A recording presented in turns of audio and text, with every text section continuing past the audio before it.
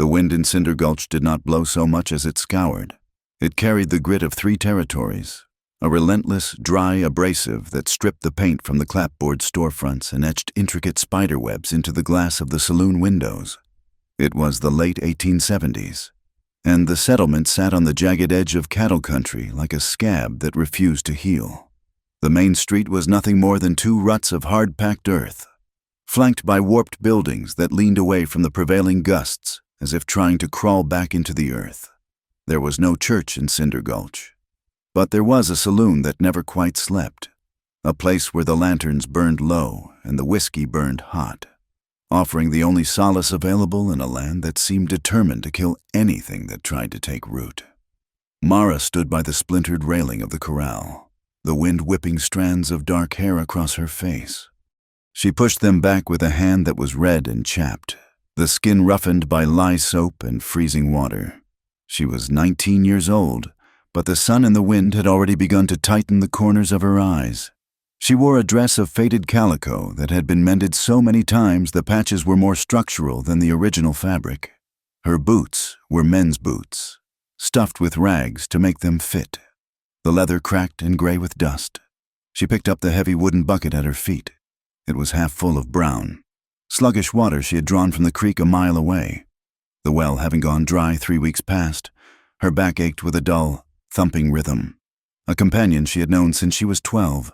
Inside the corral, the family's last cow, a bony roan with a clouded eye, lowed softly. The animal was sick, its ribs pushing against its hide like the staves of a barrel. "Drink," Mara whispered, hefting the bucket over the rail. The cow dipped its muzzle, drinking slowly. Mara watched, her chest tight. This animal was the difference between a winter with milk and butter or a winter of dry biscuits and lard. She looked toward the small, sod-roofed house that sat 50 yards away. The chimney was cold. Her father, Elias, had not chopped wood before he left. He had not mended the fence where the coyotes had dug under.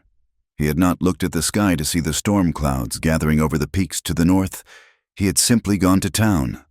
Mara gripped the rail, her knuckles white. She remembered a time when Elias had been different. She remembered him lifting her onto his shoulders to see a parade in St. Louis, his laugh booming like thunder. She remembered him pointing to this valley and calling it the Garden of Eden. But the years of drought, the locusts of '74, and the fever that took her mother had hollowed him out.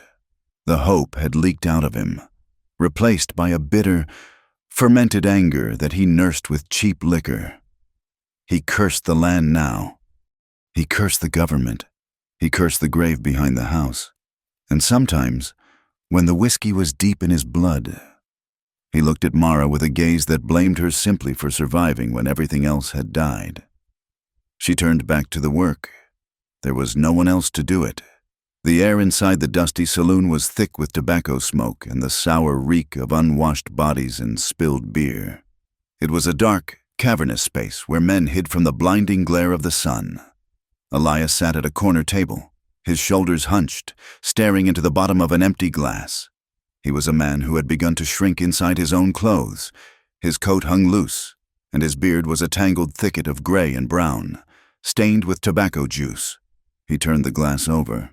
Not a drop remained. He felt the familiar clawing in his gut, the desperate, trembling need that overrode pride and sense. He stood up, swaying slightly, and made his way to the bar. The floorboards creaked under his boots. "Bartender," he rasped, his voice sounding like dry leaves dragging on stone. "Put another on my slate. The barkeep," a man with forearms the size of cured hams, did not look up from the glass he was ragging. "Your slate is full. Elias, it has been full since last month." Elias gripped the edge of the bar. "I am good for it. The calf. The roan is dropping a calf soon. I will bring it in."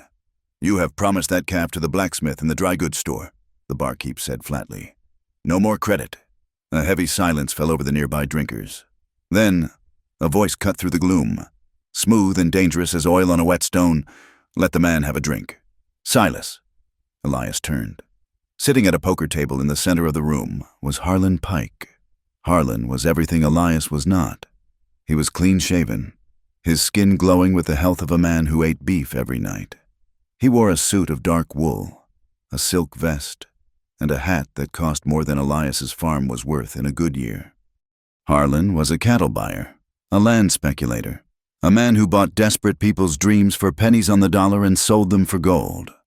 Harlan smiled, revealing teeth that were white and even. "In fact, bring the bottle. I will sit with my friend Elias." Elias felt a rush of pathetic gratitude mixed with shame. He stumbled over to Harlan's table and sat down. Harlan poured 2 fingers of amber liquid into a glass and pushed it across the green felt. Elias seized it, his hands shaking so badly he had to use both to lift it to his lips. He drank it in one gasp, the fire searing his throat and settling in his stomach with a warm, numbing weight. "Thank you, Mr. Pike," Elias mumbled, wiping his mouth with the back of his hand.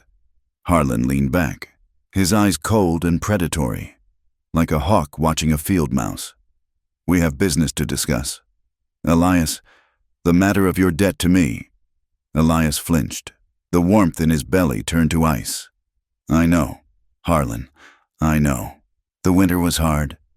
The feed costs—" "You owe me $300, Harlan said softly. It was a fortune. It was an impossible sum. "I just need time," Elias pleaded.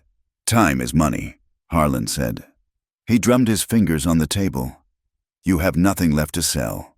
Elias, your land is mortgaged to the bank. Your cattle are skin and bone. You are a man with nothing to trade." Elias stared at the table, the shame burning his cheeks. He reached for the bottle, but Harlan's hand shot out and covered it. "Not yet," Harlan said. "We are negotiating." "What do you want?"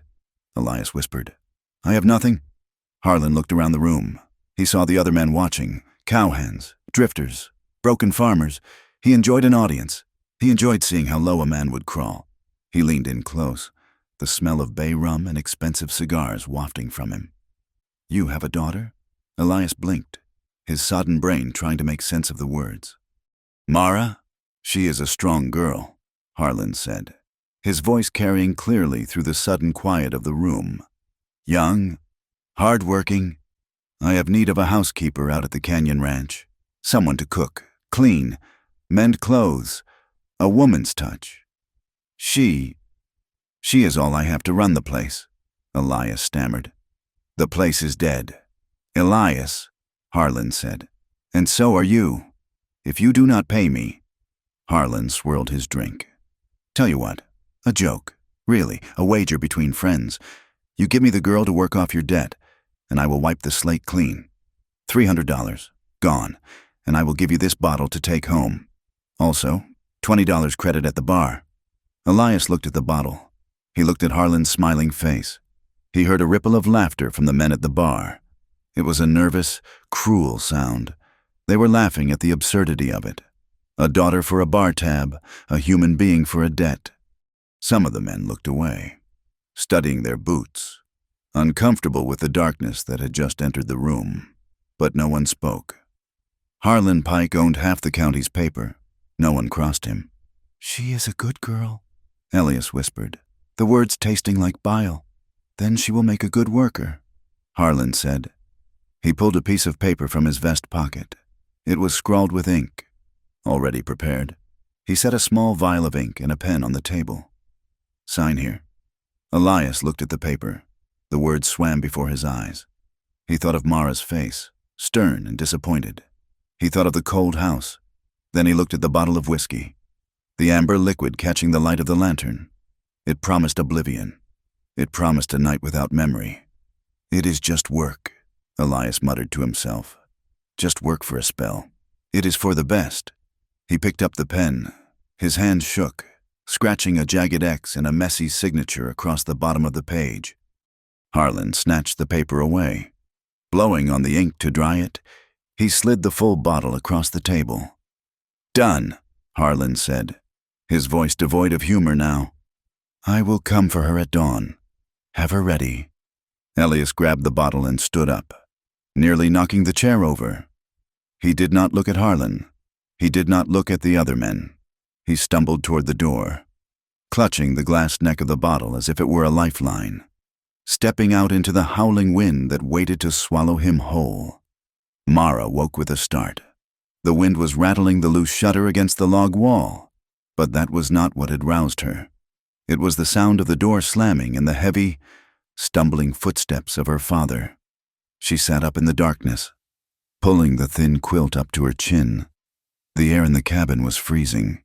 She heard the clink of glass on wood, then the sound of a cork being pulled. "Pa?" she called out softly. Elias did not answer immediately. She heard him drinking, the glug-glug-glug of the bottle in the silence, then a heavy sigh. "Go back to sleep, girl," he mumbled. Mara lit the tallow candle by her bed and walked into the main room. Elias was sitting at the rough-hewn table, the bottle already a quarter empty. He looked up at her, and she stopped.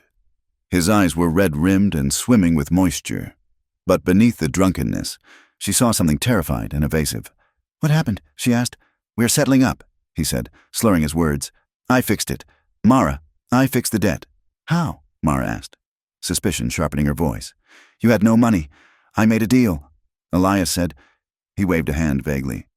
"Harlan Pike, he offered you a job." "A job?" "Housekeeping. At his big ranch. Good pay. Or, well, it pays the debt." Mara felt a cold stone drop into her stomach. Harlan Pike was a name spoken in whispers by the women in town. He was a man who looked at women as if they were prize fillies at an auction. "I am not working for Harlan Pike," she said firmly. "We will find another way. I will sell the quilt. I will take in washing in town." "It is done," Elias shouted, slamming his hand on the table. The sudden violence made Mara jump. "I signed the paper. You go at dawn." "You signed a paper?" she whispered. He refused to meet her eyes. He stared at the bottle. "It is for the best. You will have a warm roof, food. It is better than starving here with me." "You sold me," she said. The realization hit her with the force of a physical blow. "You sold me for your tab. It ain't like that," Elias cried, his voice cracking. "It is work, just work." Mara looked at the bottle in his hand. She saw the fresh level of the liquid. She saw the defeat in his posture. She realized then that her father had died a long time ago. This thing sitting before her was just a husk filled with spirits and shame. "I will not go," she said, her voice trembling.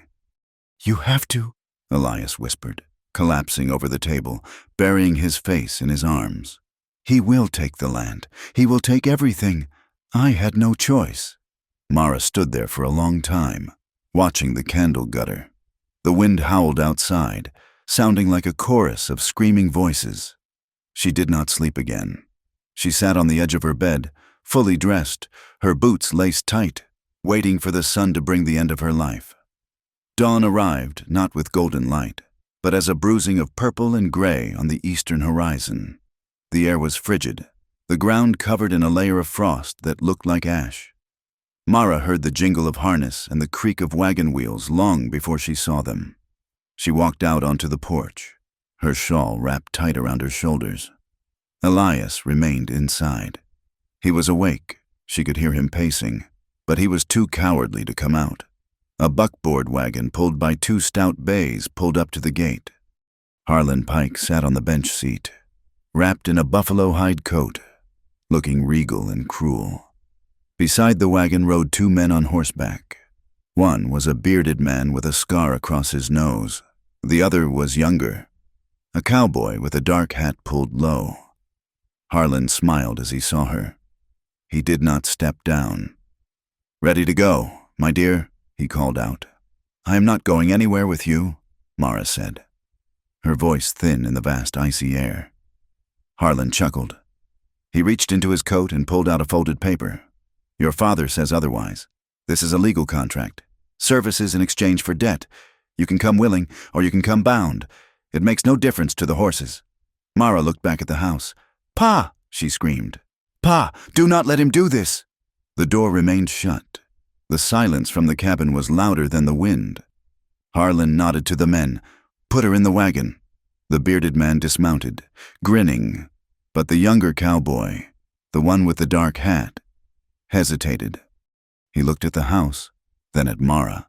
He had tired eyes, the color of wet slate. He looked like a man who had seen too much and said too little. He did not move. "Wyatt," Harlan barked. "Get down there." The young cowboy, Wyatt, swung his leg over the saddle and dropped to the ground. He did not look at Harlan. He walked toward the porch, his spurs chiming softly in the dirt. He stopped at the bottom of the steps and looked up at Mara. Up close, she saw the conflict in his face. His jaw was tight, a muscle jumping in his cheek. He did not grab her. He just stood there, blocking her path. "Please," Mara whispered to him. "Ma'am," he said, his voice low and rough like gravel. "Do not make them drag you. It will only go worse." Mara looked at his eyes. There was no malice there, only a resigned weariness. He was a man following orders he hated, but following them nonetheless.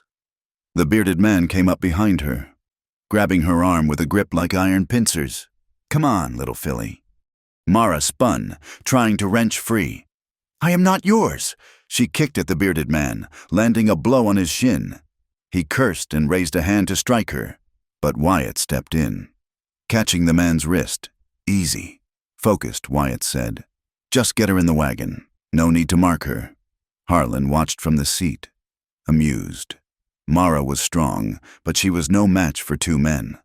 They half walked, half carried her to the wagon. She fought every step, digging her heels into the frozen dirt, leaving 2 long furrows in the earth of her home. They hoisted her into the back, where she fell onto a pile of scratchy wool blankets. Harlan snapped the reins. The wagon lurched forward. Mara scrambled to her knees, gripping the tailgate.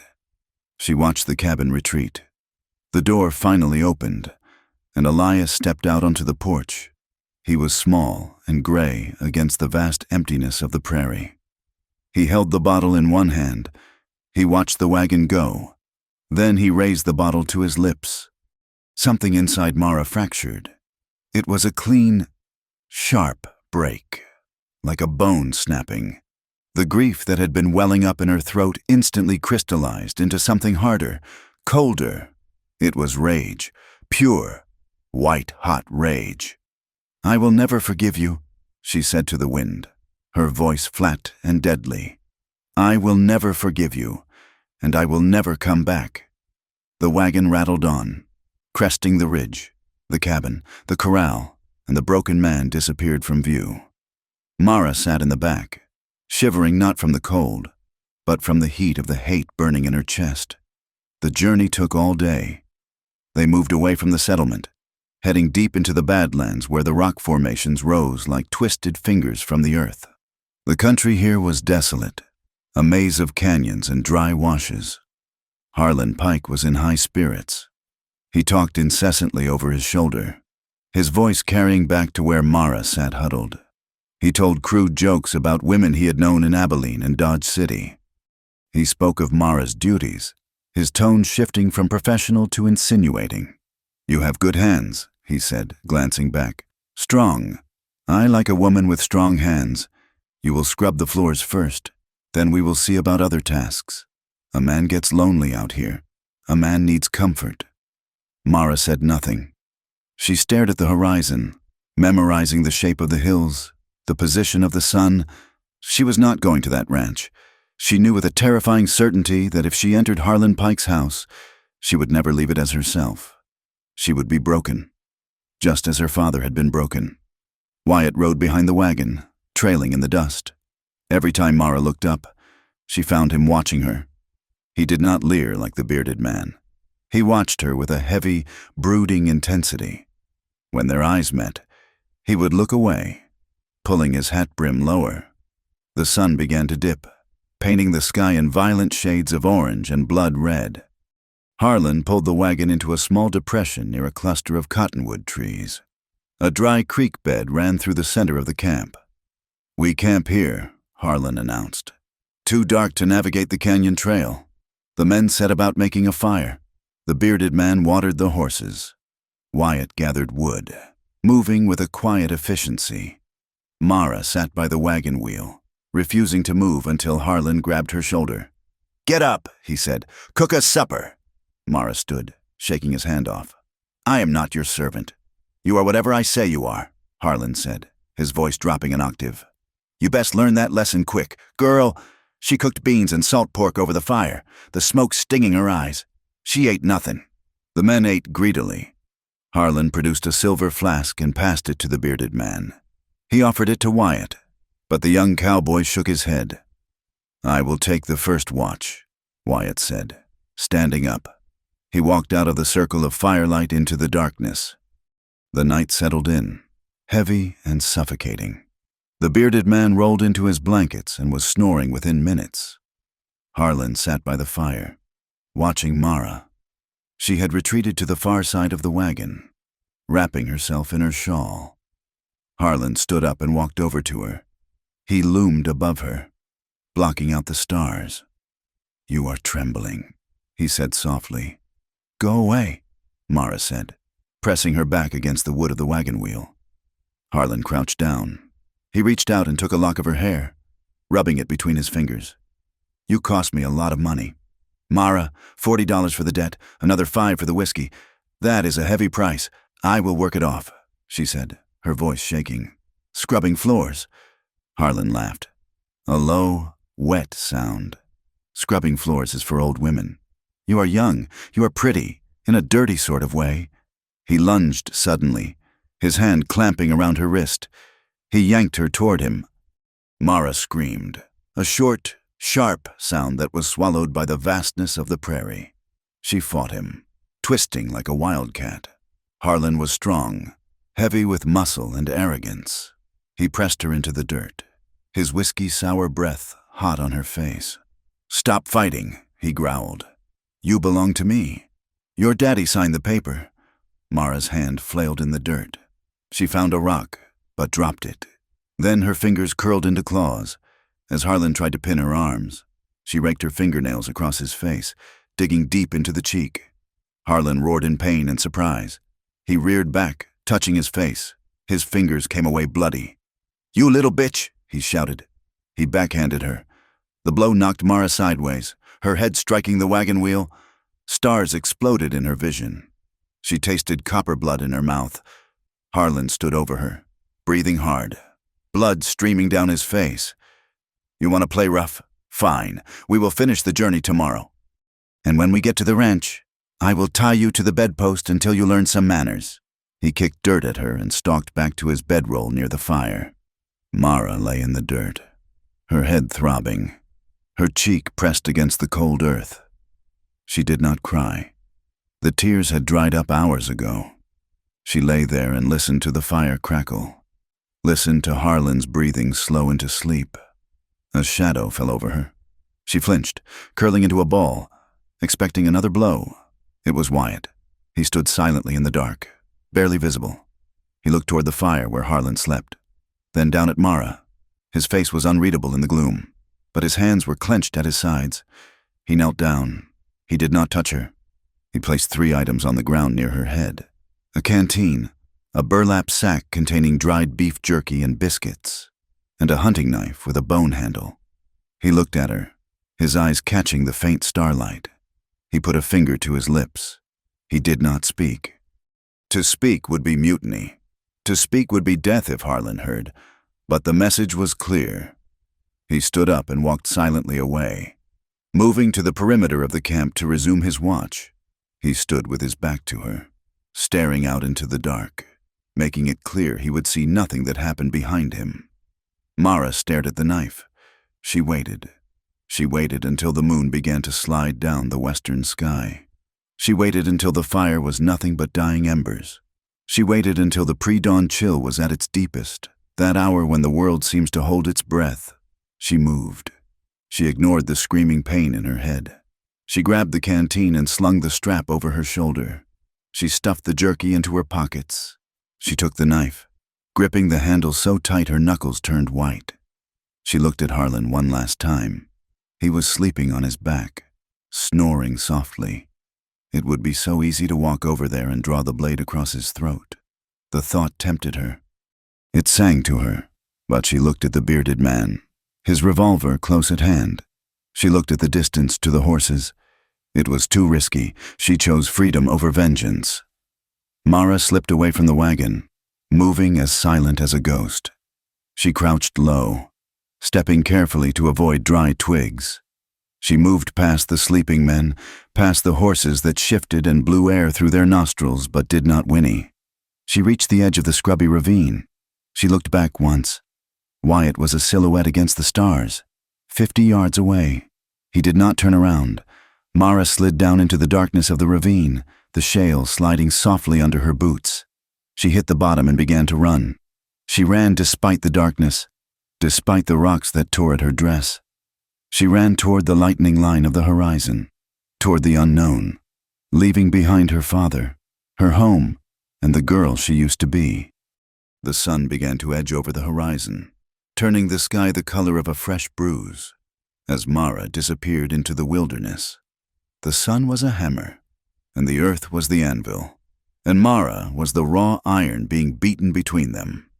She had been walking for hours, though time had lost its meaning, measured only by the thumping of blood in her ears and the searing pain in her feet.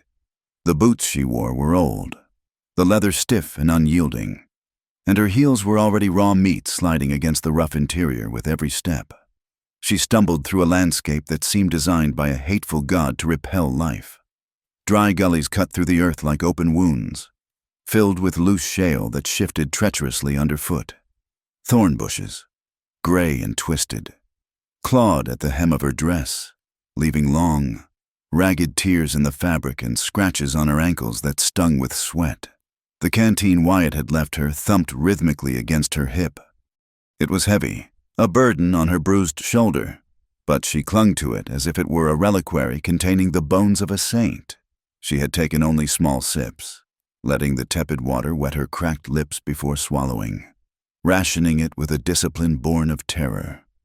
She stopped at the crest of a rise, her breath coming in ragged gasps that tasted of dust and sage. The land stretched out before her, vast and indifferent. It was a sea of brown and gray, rolling away to a horizon that shimmered in the heat haze. To the north, a line of low hills broke the monotony, purple and distant. She remembered the men in the saloon talking about a railroad town, a place where the iron tracks cut through the territory. They had said it lay beyond the hills, a place of noise and steam.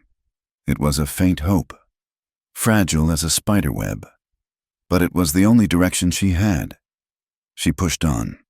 Her legs felt like lead weights. The silence of the plains was absolute, broken only by the dry rasp of cicadas and the crunch of her own boots. But then, the silence shattered. A gunshot echoed in the distance. It was a flat, popping sound, rolling off the canyon walls miles behind her. Mara froze, her heart hammering against her ribs like a trapped bird. Then came another. They were signaling. Harlan had found her gone. She scrambled down into a dry wash, pressing herself into the shadow of a limestone overhang. She clutched the bone-handled knife Wyatt had left her, her fingers white around the hilt. She was shaking, a fine tremor that started in her core and rattled her teeth. She squeezed her eyes shut, imagining Harlan's face, the purple bruise of the scratch she had left on his cheek, the cold promise of violence in his eyes. 2 miles back, Wyatt sat atop his horse, watching the ground. The search party consisted of Harlan, the bearded foreman named Dutch, and 2 other hands hired for their ability to shoot straight and ask no questions. They had found the spot where she had slept, or rather, where she had waited. They had found the tracks leading into the ravine. She went south, Dutch said, spitting a stream of tobacco juice onto a flat rock. See here? Broken sagebrush. Boot print. Wyatt guided his horse closer, obscuring the clear print of a small boot heel with the hoof of his gelding. He leaned down, pretending to study the ground. That is an old track. Dutch, Wyatt said, his voice flat and unconcerned. Look at the edges. Wind has already blown dust into it. Must be from a drifted calf or a straggler from last week. Dutch frowned, squinting at the ground. Looks fresh to me. Wyatt pointed toward the ridge to the west, away from the low hills Mara was aiming for. Look at the birds circling over that ridge. Something spooked them. And the wind carries sound. If I was running, I would head for the broken country in the west, where the rocks hide a trail. She is a ranch girl. She knows not to walk in the open. Harlan Pike rode up, his face a mask of thunder. The scratch on his cheek was angry and red, crusted with dried blood.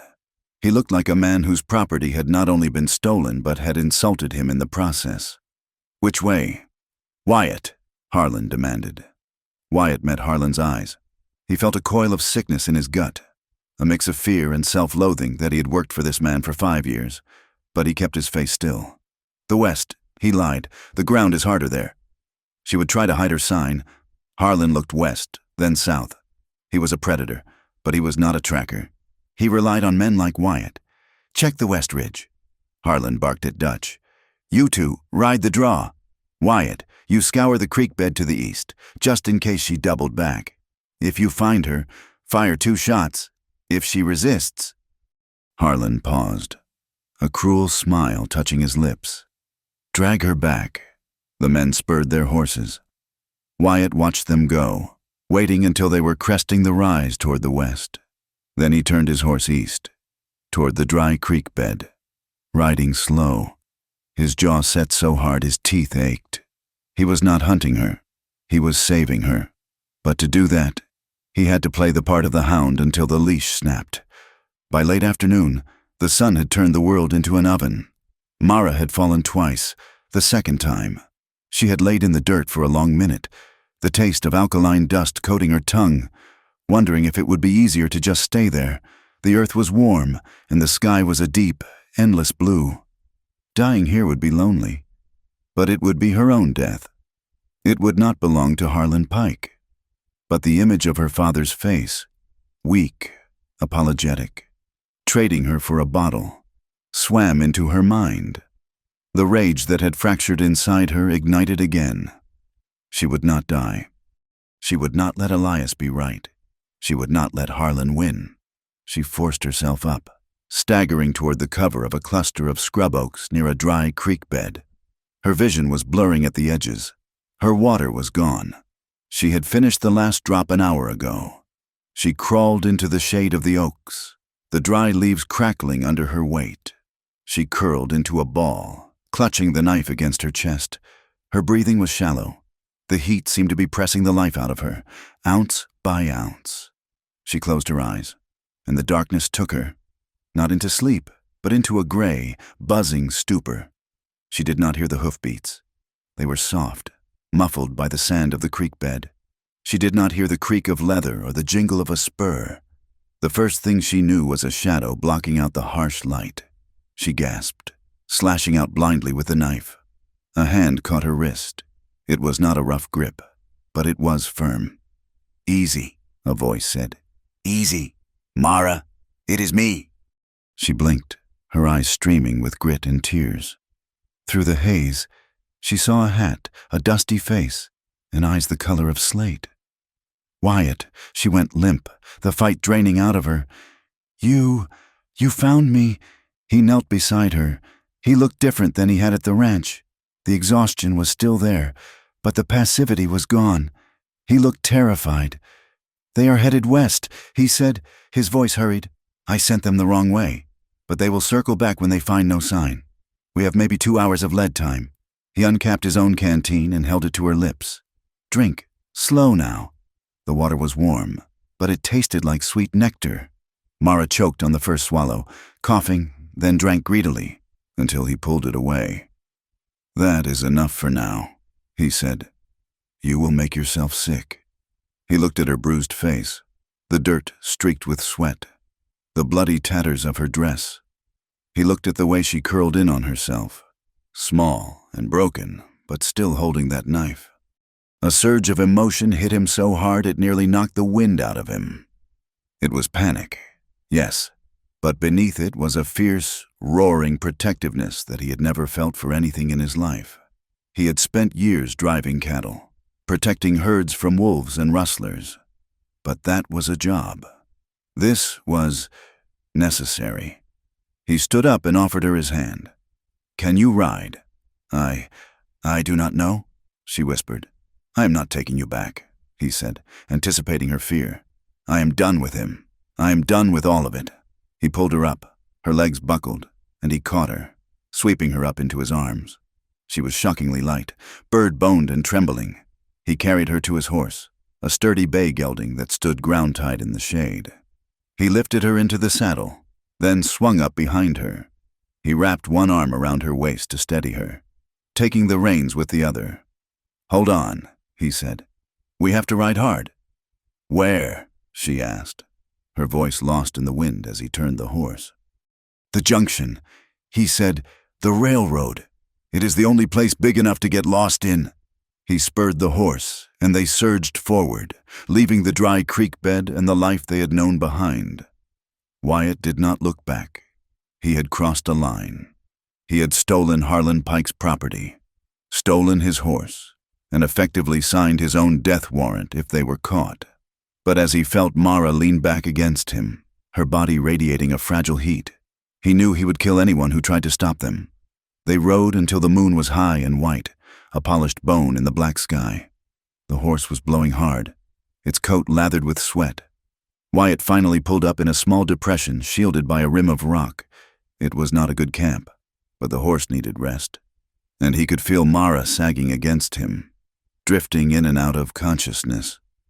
"We stop here for a few hours," he said, sliding out of the saddle. He helped her down.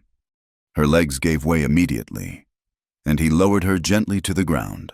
She groaned, a low sound of pain that cut through him.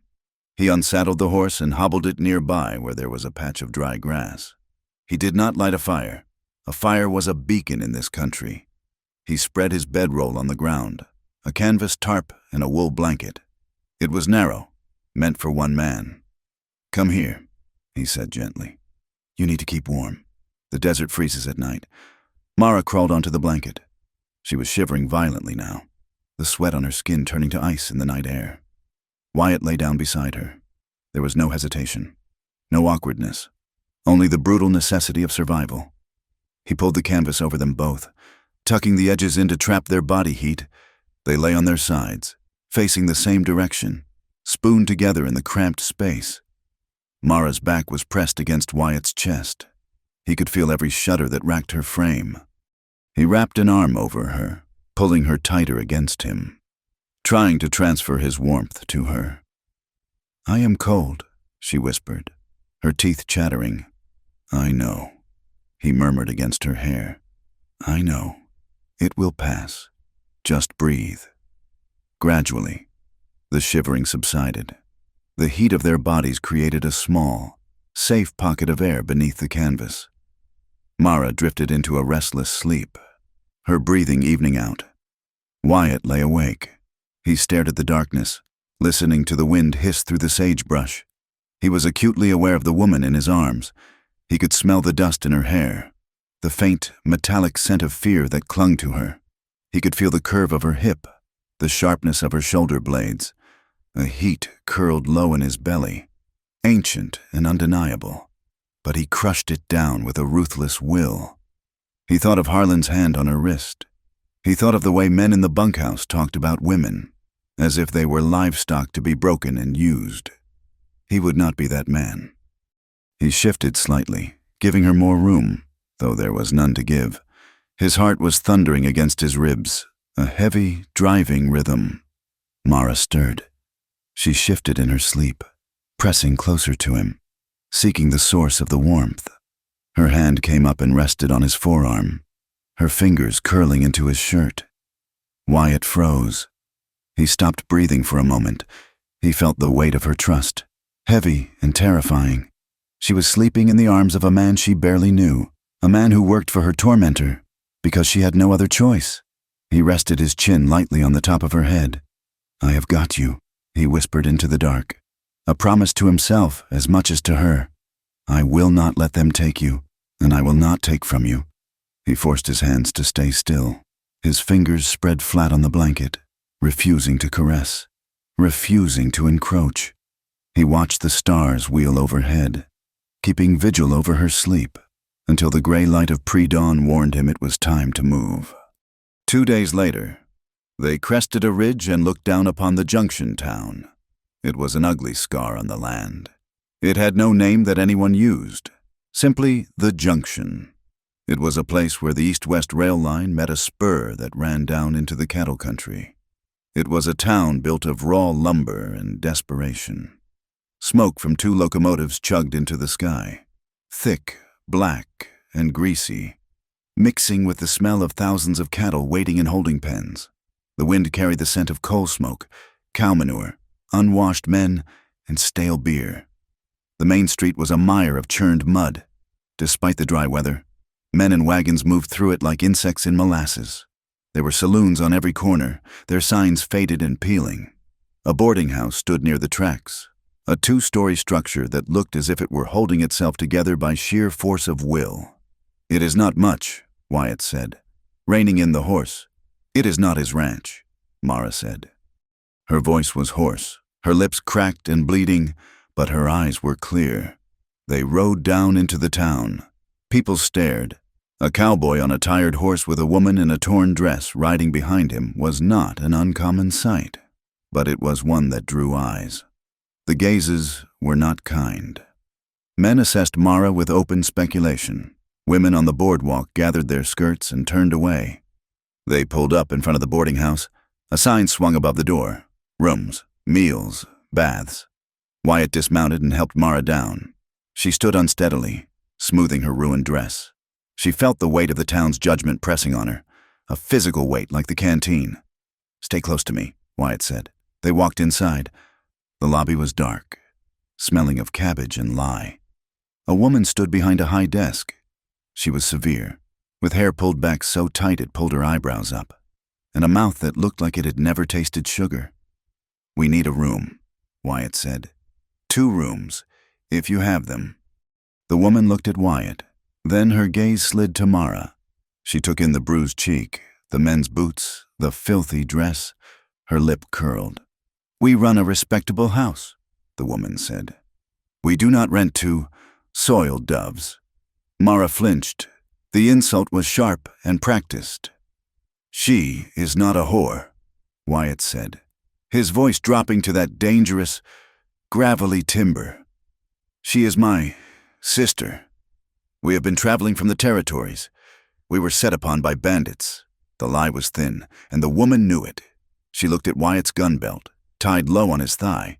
She looked at the coin he placed on the counter. It was a silver dollar, more than the room was worth. Greed warred with propriety in her eyes. Greed won. "1 room," the woman snapped. "The attic, $2 a week, in advance. No guests, no noise. And she gestured at Mara, "uses the back stairs. I do not want her frightening the paying guests." Wyatt's jaw tightened, but Mara touched his arm. "It is fine," she whispered. "Take it." Wyatt pushed another dollar across the counter. The weeks that followed were a grinding blur of labor. The town did not welcome them. It tolerated them. Wyatt found work quickly. He was a good hand, quiet and capable. He signed on with a rancher named Grady, who ran a spread 10 miles out of town. He rode out before dawn and came back after dark, smelling of horse sweat and cattle dip. Mara's battle was different. She had no skills that the town valued. Other than the strength of her back, the landlady, Mrs. Gable, allowed her to work off part of the rent by cleaning. Mara scrubbed floors until her knees were bruised blue. She washed linens in boiling vats of water, her hands turning red and raw, the skin peeling away in strips. She hauled wood for the stove and emptied chamber pots that smelled of sickness and whiskey. She learned to walk with her head down. The other boarders, railroad men, clerks, traveling salesmen, whispered when she passed, "That is the one," they would say. "Runaway. Heard she belonged to a cattleman down south. Trouble follows a girl like that." The women were worse. They pulled their children close when Mara walked by, as if her misfortune was a contagion. Trash, their eyes said. Used goods. Mara bore it. She bore it because she was free. Every time she emptied a pot or scrubbed a stain, she repeated it to herself. "I am not owned. I am not owned." Late one evening, 6 weeks after they had arrived, the boarding house was quiet. Outside, the rain was falling, turning the street into a river of sludge. Mara was in the kitchen, sitting at a small table in the corner, peeling potatoes for the next day's stew. The fire in the stove had burned down to embers. The back door opened, and Wyatt stepped in. He was soaked, water dripping from the brim of his hat. He looked exhausted, his eyes shadowed, his shoulders slumped. He hung his hat on a peg and walked to the stove, warming his hands. "There is stew left," Mara said softly, "and coffee." Wyatt turned. He looked at her, really looked at her. She was thin. Her dress was still the same mended calico, and her hands were rougher than a man's. But the bruise on her cheek had faded, and there was a steel in her spine that had not been there before. "Thank you," he said. He sat across from her. She pushed a bowl toward him and a tin cup of coffee. He ate hungrily, tearing off chunks of bread to wipe the bowl clean. They ate in silence, the rain drumming on the roof. It was a companionable silence, forged in the crucible of their escape. "How was the herd?" Mara asked eventually. "Skittish," Wyatt said. "The storm has them bunched up in the canyon. We lost a calf to a cougar. I'm sorry," she said. Wyatt shrugged. "It happens. It is honest work." He looked at her hands, busy with the knife and the potato. "How is Mrs. Gable today?" "She is herself," Mara said, a small, wry smile touching her lips. "She thinks I use too much soap. She says cleanliness is next to godliness. But soap costs a nickel a bar." Wyatt chuckled. It was a rusty sound, as if he hadn't used it in years. They fell silent again. The candle between them flickered. Mara put down the knife. "Wyatt," she said. He looked up. "Yeah, I never said it properly. Thank you." He frowned, looking down at his coffee. "You do not have to thank me." "I do," she insisted. "You could have left me. You could have let him take me back. You gave up your job. You gave up your life there. Why?" Wyatt turned the tin cup in his hands. He traced the rim with his thumb. "I watched him take you," he said quietly. "I watched your father sign that paper, and I felt sick. I have done a lot of things I am not proud of.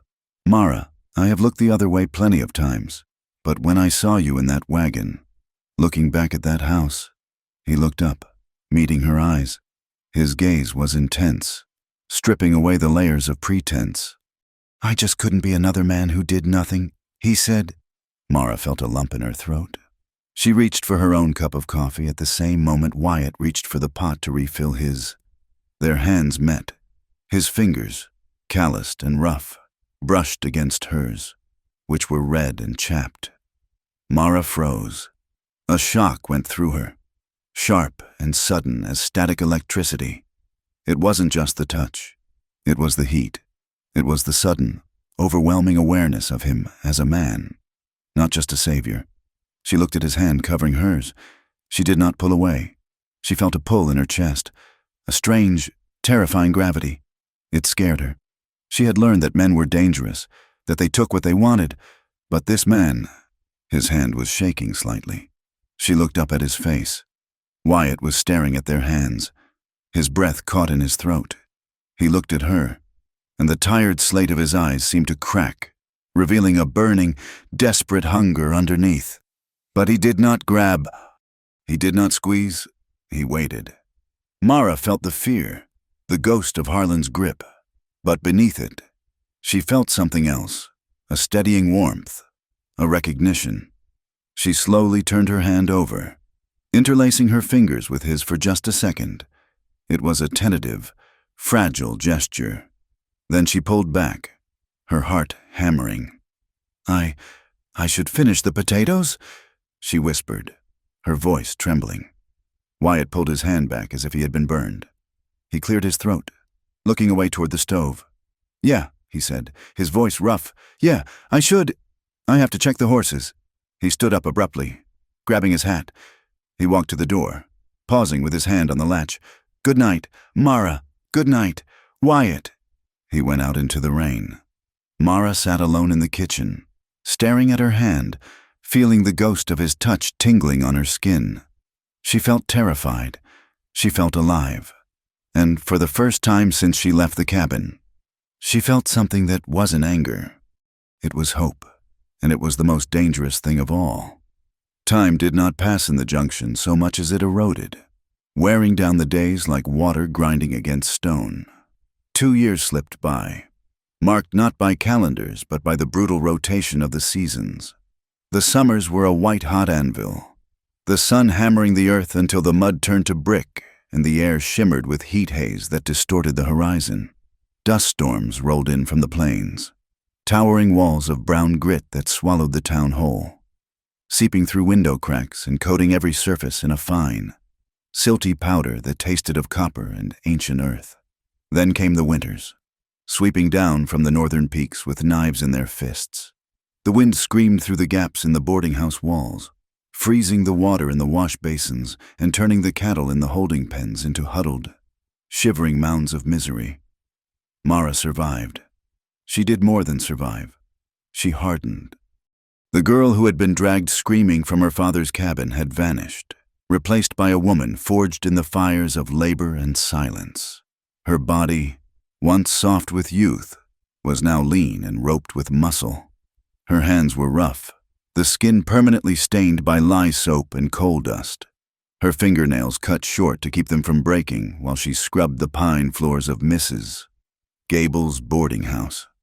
She took in mending on the side, sitting by the dying light of the kitchen stove late into the night, stitching tears in cowboys' shirts and darning woolen socks until her eyes burned. She learned to walk through the town with a gaze that looked at everything and saw nothing. She carried herself with a quiet defiance, a stiffness in her spine that acted as a shield. When she walked down the boardwalk to the general store to buy thread or flour, she moved with a purpose that discouraged idle conversation. She wore her hair pulled back severe and tight, hiding her face as much as possible. But she could not hide who she was, or rather, who the town decided she was. The junction was a place of transience, but it had a long memory for scandal. The story of her arrival, riding behind Wyatt, bruised and bedraggled, had mutated and festered in the saloons and sewing circles. The truth was too complex for the small minds of the town, so they invented a simpler one. They whispered that she was Harlan Pike's cast-off, a woman who had been used up and thrown away. Or worse, a woman who had run off with a hired hand after stealing from her master. She is trouble, the matrons whispered behind their fans at the mercantile. Damaged goods. A woman like that has no shame. The men were cruder. They watched her with eyes that stripped her bare. That is Pike's leavings. They would mutter as she passed the saloon doors. Reckon she knows a trick or two? These whispers did not leave bruises, but they stung like salt in a paper cut. They reinforced the cage she had built around herself. She felt the weight of her father's betrayal every time a man looked at her with that speculative gleam. She felt the shame of the sale, the transaction that had reduced her humanity to a line item in a ledger. Wyatt heard the whispers too. He had grown leaner in 2 years, the boyish softness completely gone from his face, replaced by the weathering of a man who spent 18 hours a day in the saddle. He worked for a rancher named Grady, riding the perimeter, branding calves, and pulling heifers out of mud bogs. He was tired, always tired, but his eyes were sharp. He hated the town. He hated the way the shopkeeper counted Mara's coins twice, as if they might be counterfeit. He hated the way the boarders at the house fell silent when she entered the room, their eyes tracking her movements. More than once, the simmering rage he carried found a vent. One sweltering July evening, Wyatt stood at the bar of the Lucky Spur, nursing a warm beer. A group of drifters were playing faro at a nearby table, their voices loud and lubricated with cheap whiskey. "Nice filly over at the Gable place," one man said, a heavy-set drover with a wandering eye, dark hair. "Looks like she needs breaking." "Careful," another laughed. "I heard she belonged to Harlan Pike. You do not ride another man's horse, and you do not touch a rich man's whore." Wyatt set his glass down. The sound was soft, but the silence that followed in his immediate vicinity was absolute. He turned slowly. "You have something to say?" Wyatt asked, his voice low and level, like a calm river running over deep, dangerous holes. The drover looked up, blinking. "Just talk. Friend. No offense meant. Keep her name out of your mouth," Wyatt said. The drover sneered, emboldened by the whiskey. "Or what?" She is public property, ain't she? Everyone knows she was traded for—" The sentence ended in a wet crunch. Wyatt moved with the sudden violence of a rattlesnake strike. His fist connected with the man's mouth, sending him tipping backward in his chair, crashing into the table behind him. Cards and poker chips scattered across the floor. The drover scrambled up, spitting blood, reaching for the knife at his belt. Wyatt stepped inside the man's guard, driving a knee into his stomach and bringing a heavy fist down on the back of his neck. The man hit the floor and stayed there. Wyatt stood over him, breathing hard, his knuckles split and bleeding. He looked around the room, challenging anyone else to speak. "She is not public property," Wyatt snarled. "And she is not a whore." The bartender, a man named Silas who had seen enough fights to know when one was finished, slammed a bung starter on the bar. "That is enough. Wyatt, get out. Take your temper with you." Wyatt threw a coin on the bar and walked out into the night, his hand throbbing, his heart pounding with a mixture of adrenaline and despair. He was building a reputation he did not want. A man with a hair-triggered temper, a man obsessed with the boarding house girl, but he could not stop himself. Every insult to her felt like a failure on his part, a reminder that he had saved her from the fire only to bring her into the smoke. There were moments of peace. However, stolen fragments of time that kept them both from shattering. On Sunday evenings, when the work slowed, they would sit on the back porch of the boarding house as the sun went down. The air would turn blue and purple, and the heat would lift from the ground in shimmering waves. Or they would walk down to the river, a muddy ribbon of water lined with cottonwoods that offered the only real shade for miles. It was here, away from the prying eyes of the town, that they dared to speak of the future. "I saw a parcel of land today," Wyatt said one evening, skipping a flat stone across the slow-moving water. "Up north, near the basin. Good grass, water rights." Mara sat on a fallen log, her hands resting in her lap. "How much?" "Too much," Wyatt admitted, "but not impossible. If I save for another 3 years, maybe. 3 years is a long time," Mara said softly. "It is." Wyatt agreed, "but it is something to aim for. A man needs something to aim for. I want to run my own herd. Mara, just 50 head, maybe 100. Cattle that carry my brand, not Grady's." Mara looked out at the water. "I want a house," she said. "Not a big one. Just a cabin with a solid roof, and a garden. A place where I can plant corn and it will not die. And a door with a lock that I hold the key to." "A lock," Wyatt repeated. He looked at her, understanding the weight of that word. "No one comes in unless you say so." "No one," she affirmed. She looked at him then. The setting sun caught the angles of his face, the scar on his chin, the way his dark hair curled over his collar. He was the only steady thing in her world, the only man who looked at her and saw Mara, not the debt, not the scandal. There was a rancher named Henderson, an older man with a sprawling operation on the edge of the territory. He had been watching Wyatt work for months, noting the young man's quiet competence and his way with horses. One Tuesday, Henderson rode up to where Wyatt was mending a fence line. He sat his horse easily, a man comfortable in his power. "You have got good hands." "Son," Henderson said. "I do my work," Wyatt replied, "tying off a piece of wire. I need a foreman for my north pasture." Henderson said, "It is rough country, heavy winters, but I need a man I can trust to manage the herd without me looking over his shoulder every day." Wyatt straightened up, wiping sweat from his forehead. "I have a job with Grady." "Grady pays you 30 a month in beans," Henderson said. "I will pay 40, and a percentage of the calf crop, if you do well. If the herd grows, I might be willing to lease you a section of that land in a few years. Let you run your own beef alongside mine." Wyatt felt a jolt in his chest.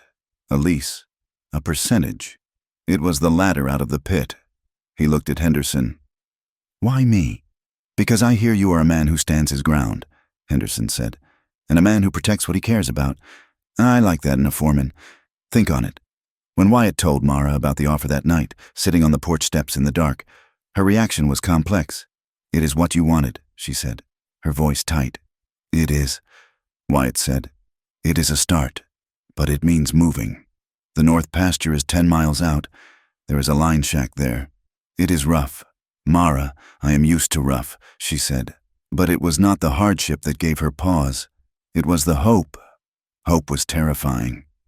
To hope for a future was to invite the universe to crush it again. And deeper than that, there was a gnawing guilt. She looked at Wyatt in the darkness. He stayed because of her. He fought for her. He was building a life that included her, though they had never spoken the words. And she wanted him. She felt it in the way her breath hitched when he walked into a room. She felt it in the ache that settled low in her stomach when she watched him wash up at the pump, water sluicing over his bare shoulders. She wanted his touch. She wanted the softness she had been denied. But every time the desire rose, the shame rose with it. Sold. The voice in her head whispered, "You were bought for whiskey. You are tainted." How could she offer herself to him? How could she let him love her when she felt so diminished? She was afraid that if she gave in to the desire, she would just be trading one form of dependency for another. She did not want to be kept. She wanted to be chosen, but she did not know if she was whole enough to choose back. The breaking point came in November. The first snow had dusted the ground, turning the mud of the main street into a treacherous slush.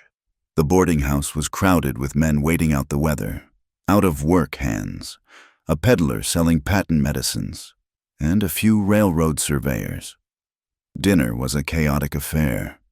Mara was serving stew, weaving between the crowded tables, her head down, trying to be invisible. A man sat at the end of the long table. He was a new arrival, a man with a greasy coat and eyes that were too wet and too close together.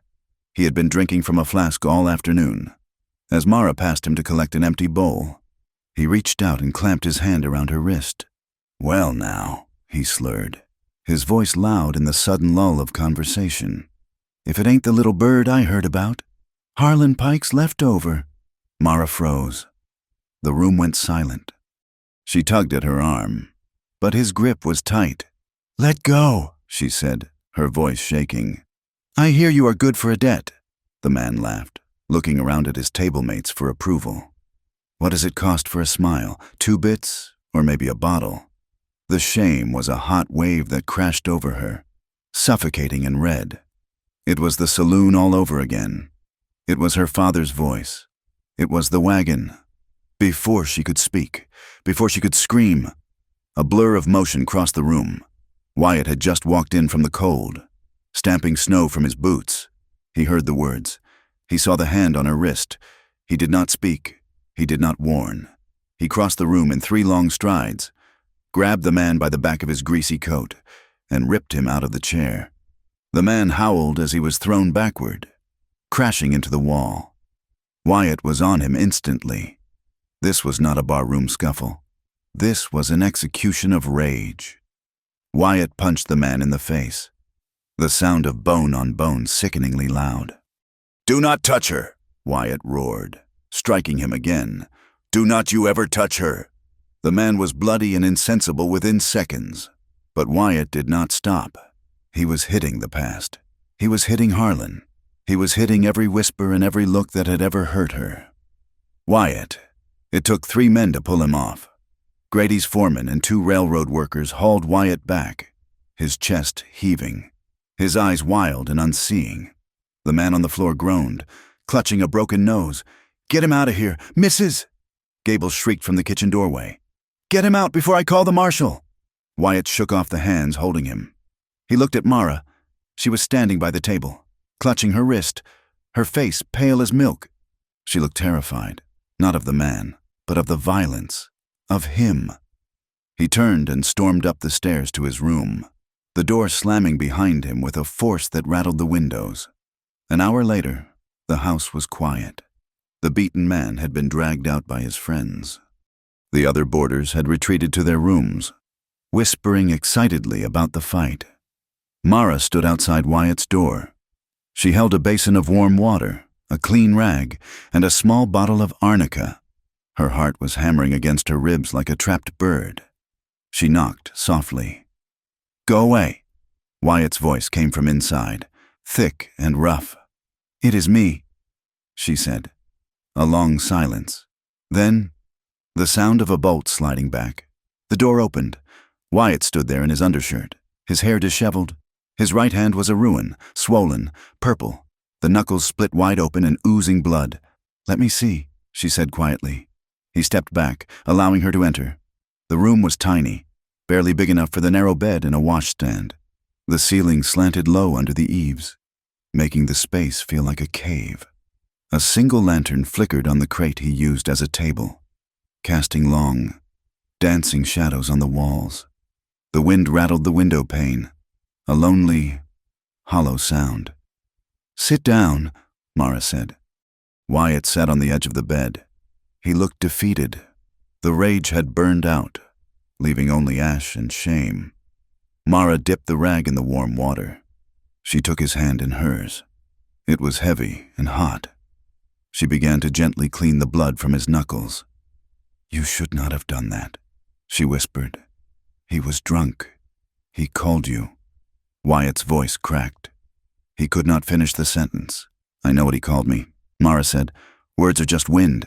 "Wyatt, they are not," he said, looking up at her. His eyes were dark, tortured. "They are poison. I could not stand it. Mara, I could not watch him put his hands on you." Mara paused, the rag hovering over his skin. She felt the tremor in his hand. She looked at his face, the hard jaw, the mouth that was usually so grim now softened by pain and worry. "Why?" she asked, her voice barely audible over the wind. "Why do you fight the whole world for me?" Wyatt swallowed. His throat worked. He looked at her hand holding his, the contrast of her pale fingers against his battered skin. "Because you are not what they say," he rasped.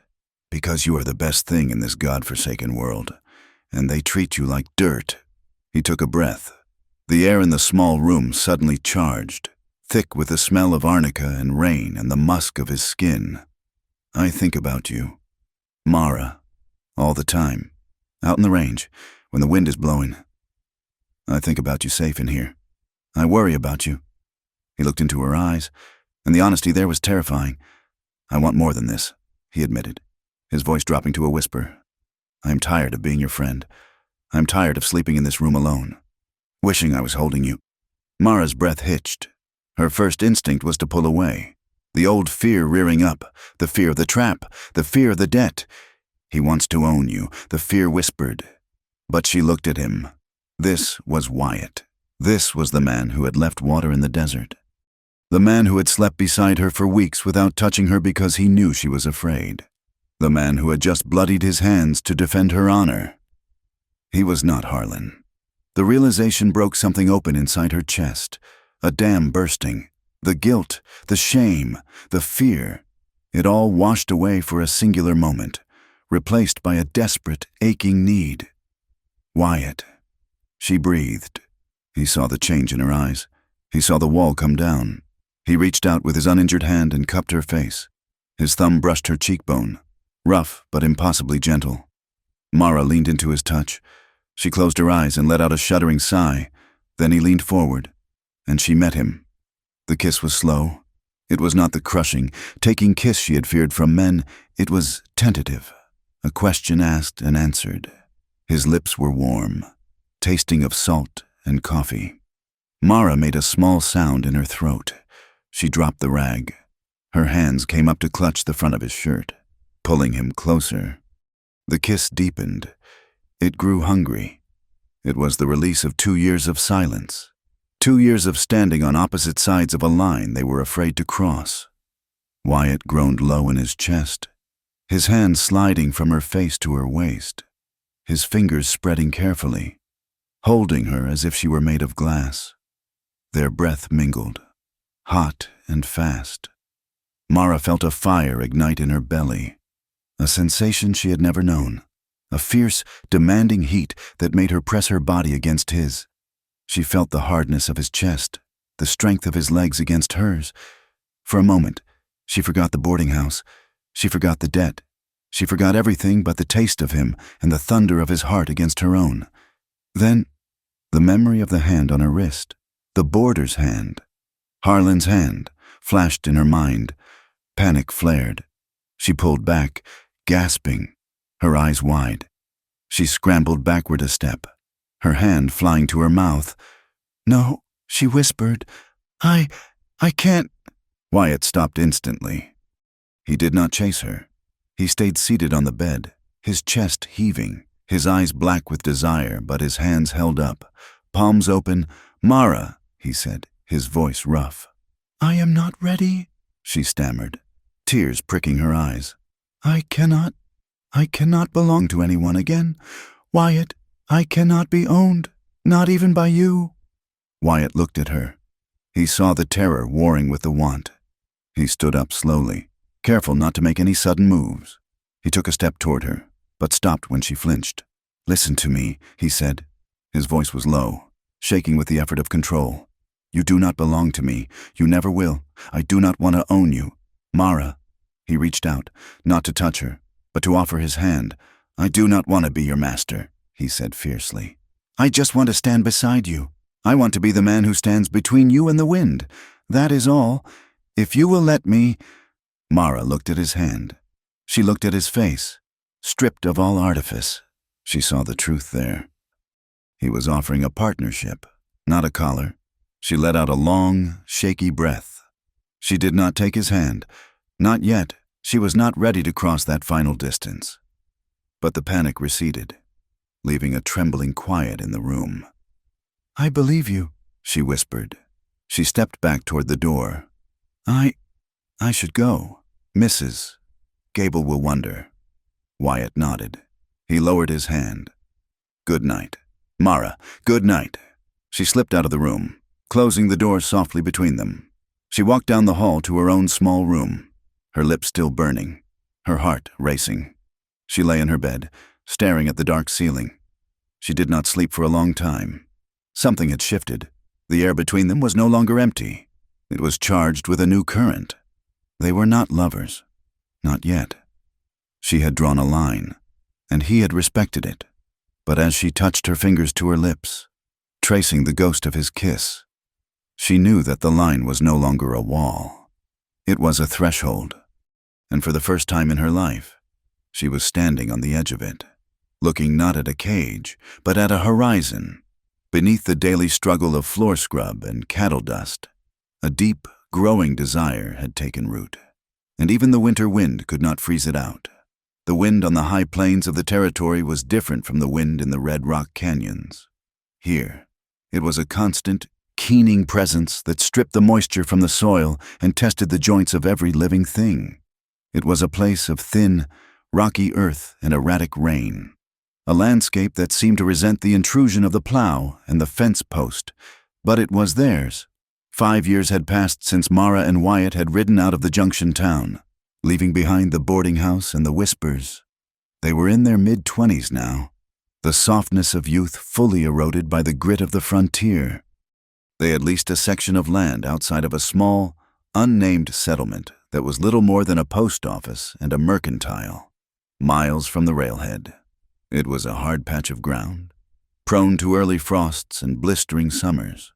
But the deed of lease held Wyatt's name, and the cabin that sat upon it was built with logs they had felled and notched together with their own hands.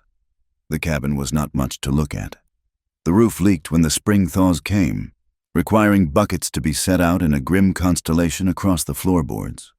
The wind whistled through chinking that needed constant repair, but inside, there was a cast-iron stove that threw out a fierce heat, a table scrubbed white with sand, and a single bed in the corner that had become the center of their world. They had never spoken a vow before a preacher. There had been no ring, no ceremony, no paper signed to satisfy the law or the neighbors.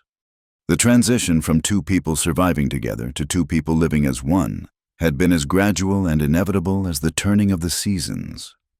It had started with the cold, a particularly brutal winter 3 years back when the firewood ran low and the temperature dropped until the nails in the walls popped with the frost. They had huddled together for warmth, fully clothed, back to chest. Then, the clothes had become fewer, the touches had become lingering, the need for warmth had transformed into a need for skin, for the reassurance of a heartbeat against a palm, for the silent language of breath and friction. Now, on a night deep in November, The wind was howling around the eaves, batting at the heavy wooden door. Inside, the fire was banked low. Mara lay awake, staring at the shadows dancing on the ceiling logs. Wyatt was asleep beside her, his arm thrown heavy and possessive over her waist. His breathing was a slow, steady rhythm that usually lulled her to sleep. But tonight, the darkness felt thick. She shifted, the corn shuck mattress rustling beneath her. Wyatt mumbled something unintelligible and pulled her closer, his face burying itself in the crook of her neck. His beard scratched her skin, a sensation that was rough and familiar and grounding. She placed her hand over his arm, feeling the solid muscle, the scars on his knuckles. This was their life. It was a hard life. They lost 3 calves last winter to a blizzard that buried the draws in 6 feet of snow. They had fought off a prairie fire that nearly took the barn in August. They worked from the moment the sky turned gray until it turned black again. But no one owned them. No one told Mara where to stand or what she was worth. Yet, sleep would not come. When she finally drifted off, the dream was waiting. It was always the same. The smell of stale whiskey and old sweat, the scratch of a pen on paper. Her father's face, not as it was when he was kind, but as it was in the saloon, yellow-eyed, weak, looking at the bottle instead of her. Then the scene would shift, and Harlan Pike would be there, looming over her, his hand clamping on her wrist, his voice smooth as oil, telling her that debts never truly died. "You are mine," the dream, Harlan whispered. "A sale is a sale." Mara woke with a gasp. Sitting bolt upright in the bed, her heart hammering against her ribs like a trapped bird. She was sweating despite the cold of the room. Wyatt was awake instantly. He did not ask what was wrong. He knew. He sat up and wrapped his arms around her from behind, pulling her back against his chest. "I am here," he murmured, his voice rough with sleep. "You are here. The door is barred." Mara trembled, her hands gripping his forearms until her nails dug in. "I could smell the whiskey," she whispered. "There is no whiskey here," Wyatt said firmly. "Only pine wood and sage. Breathe, Mara." He held her while she shook, rocking her slightly. He pressed a kiss to her temple, then to her shoulder. He was her anchor. He was the only thing that kept her from drifting back into that dark room in her memory. It was not the first time she had woken this way, and she knew it would not be the last. The past was a ghost that refused to be exorcised by distance or time. 2 days later, the ghost gained a voice. The afternoon was cold and bright, the sky a piercing blue that hurt the eyes. Wyatt was out in the south pasture, mending a break in the fence where a spooked herd of antelope had gone through. Mara was in the yard, chopping kindling for the stove, the axe rising and falling with a rhythmic thwack. She heard the horse before she saw it. She stopped, the axe resting on the chopping block, and wiped her brow with the back of her hand. A rider was approaching from the east road, a man hunched in a sheepskin coat on a roan gelding that looked ridden hard. Mara reached for the rifle she kept leaned against the porch rail. She did not aim it, but she held it across her body, a signal that she was not a woman to be trifled with. The rider slowed and raised a hand in greeting. He was an older man, his face a map of wrinkles and windburn, tobacco juice staining his white beard. "Afternoon, ma'am," he called out. "Just passing through to the high country. Wondered if I could water my horse at your trough." Mara looked him over. He looked tired, not dangerous. "The trough is full," she said, lowering the rifle slightly. "Help yourself. There is coffee on the stove if you have a mind for it." The man smiled, revealing gaps in his teeth. That would be a kindness. "Ma'am, name is Caleb." He watered his horse and followed Mara to the porch. She poured him a tin cup of black coffee. He blew on the steam, looking out over their modest spread. "You and your man have done good work here," Caleb said. "Hard ground. It yields if you push it," Mara said. Caleb nodded. "I just came up from the south. Pike's Basin. You know it?" Mara felt a sudden chill that had nothing to do with the wind. She kept her face impassive. "I have heard of it," Nasty business down there, Caleb said, taking a loud sip of coffee. Place is booming, though that man Pike, he owns the whole valley now. Bought out the smallholders, squeezed out the rest. He is running 5,000 head of cattle. Mara's fingers tightened on her own cup. 5,000? Aye, and he runs the town. 2. Got a mayor in his pocket and a sheriff on his payroll. Caleb shook his head, spitting a stream of tobacco juice into the dust. It is a sin. What is happening? I saw families packed into wagons, heading west because they could not pay the new taxes Pike pushed through. And the debts, Lord, the debts. What about the debts? Mara asked, her voice tight. Caleb looked at her, sensing the intensity in her question. Same old story. Ma'am, men drink away their hope at Pike's saloon, then sign away their land or their labor, and worse. Worse. Caleb lowered his voice, though there was no one for miles to hear. I heard talk. Girls. Daughters of men who owed too much. Working in the dance halls, or out at the big ranch, working off the sins of their fathers. It is slavery in all but name. If you ask me, Mara felt the blood drain from her face. The world tilted on its axis.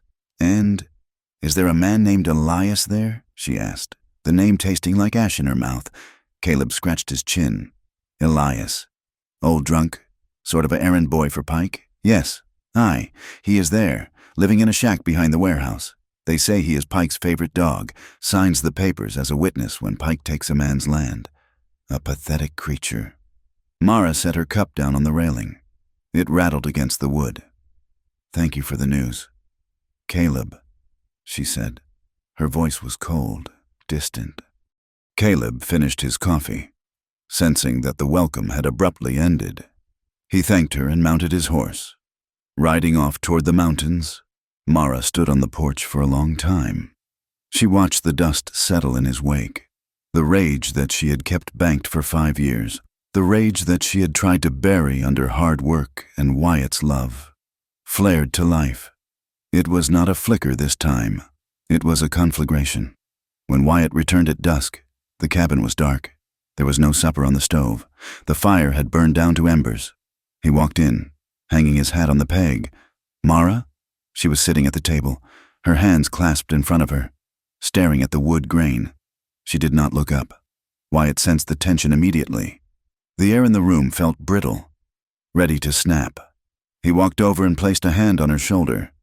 What happened? He asked. A man came by, she said, her voice flat. From home. Wyatt's hand stilled. He did not say anything. He waited. Harlan owns it all. Wyatt, she said, finally looking up. Her eyes were dry, but they burned with a terrifying intensity. The whole valley. He is taking land. He is buying laws. And he is taking girls. Wyatt pulled a chair out and sat opposite her.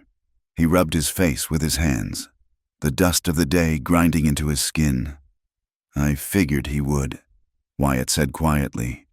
He is a greedy man. He is taking girls, Mara repeated, her voice rising. Just like he took me. And my father. He is helping him.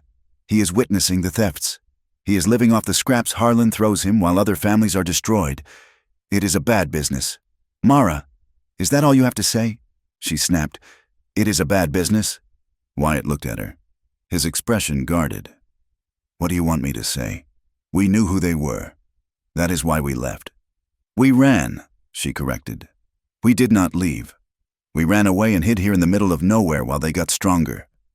We survived, Wyatt said, his voice hardening. Look around you. Mara, we built this house. We have cattle in the pen. We are free. Are we? She demanded. She stood up, pacing the small room.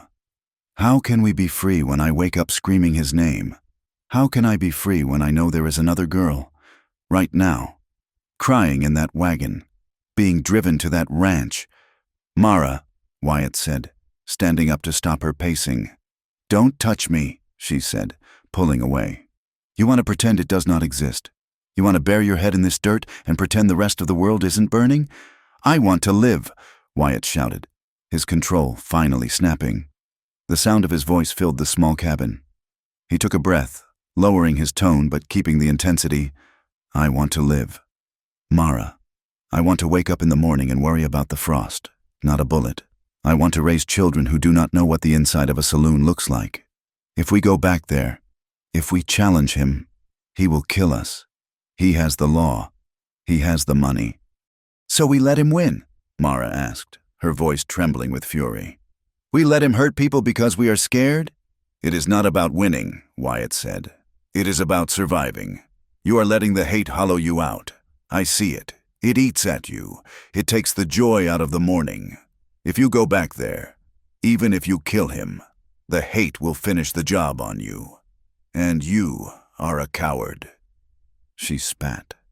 The word hung in the air, ugly and irrevocable. Wyatt flinched as if she had struck him. His face went pale beneath the tan. He looked at her with a profound hurt that silenced her instantly.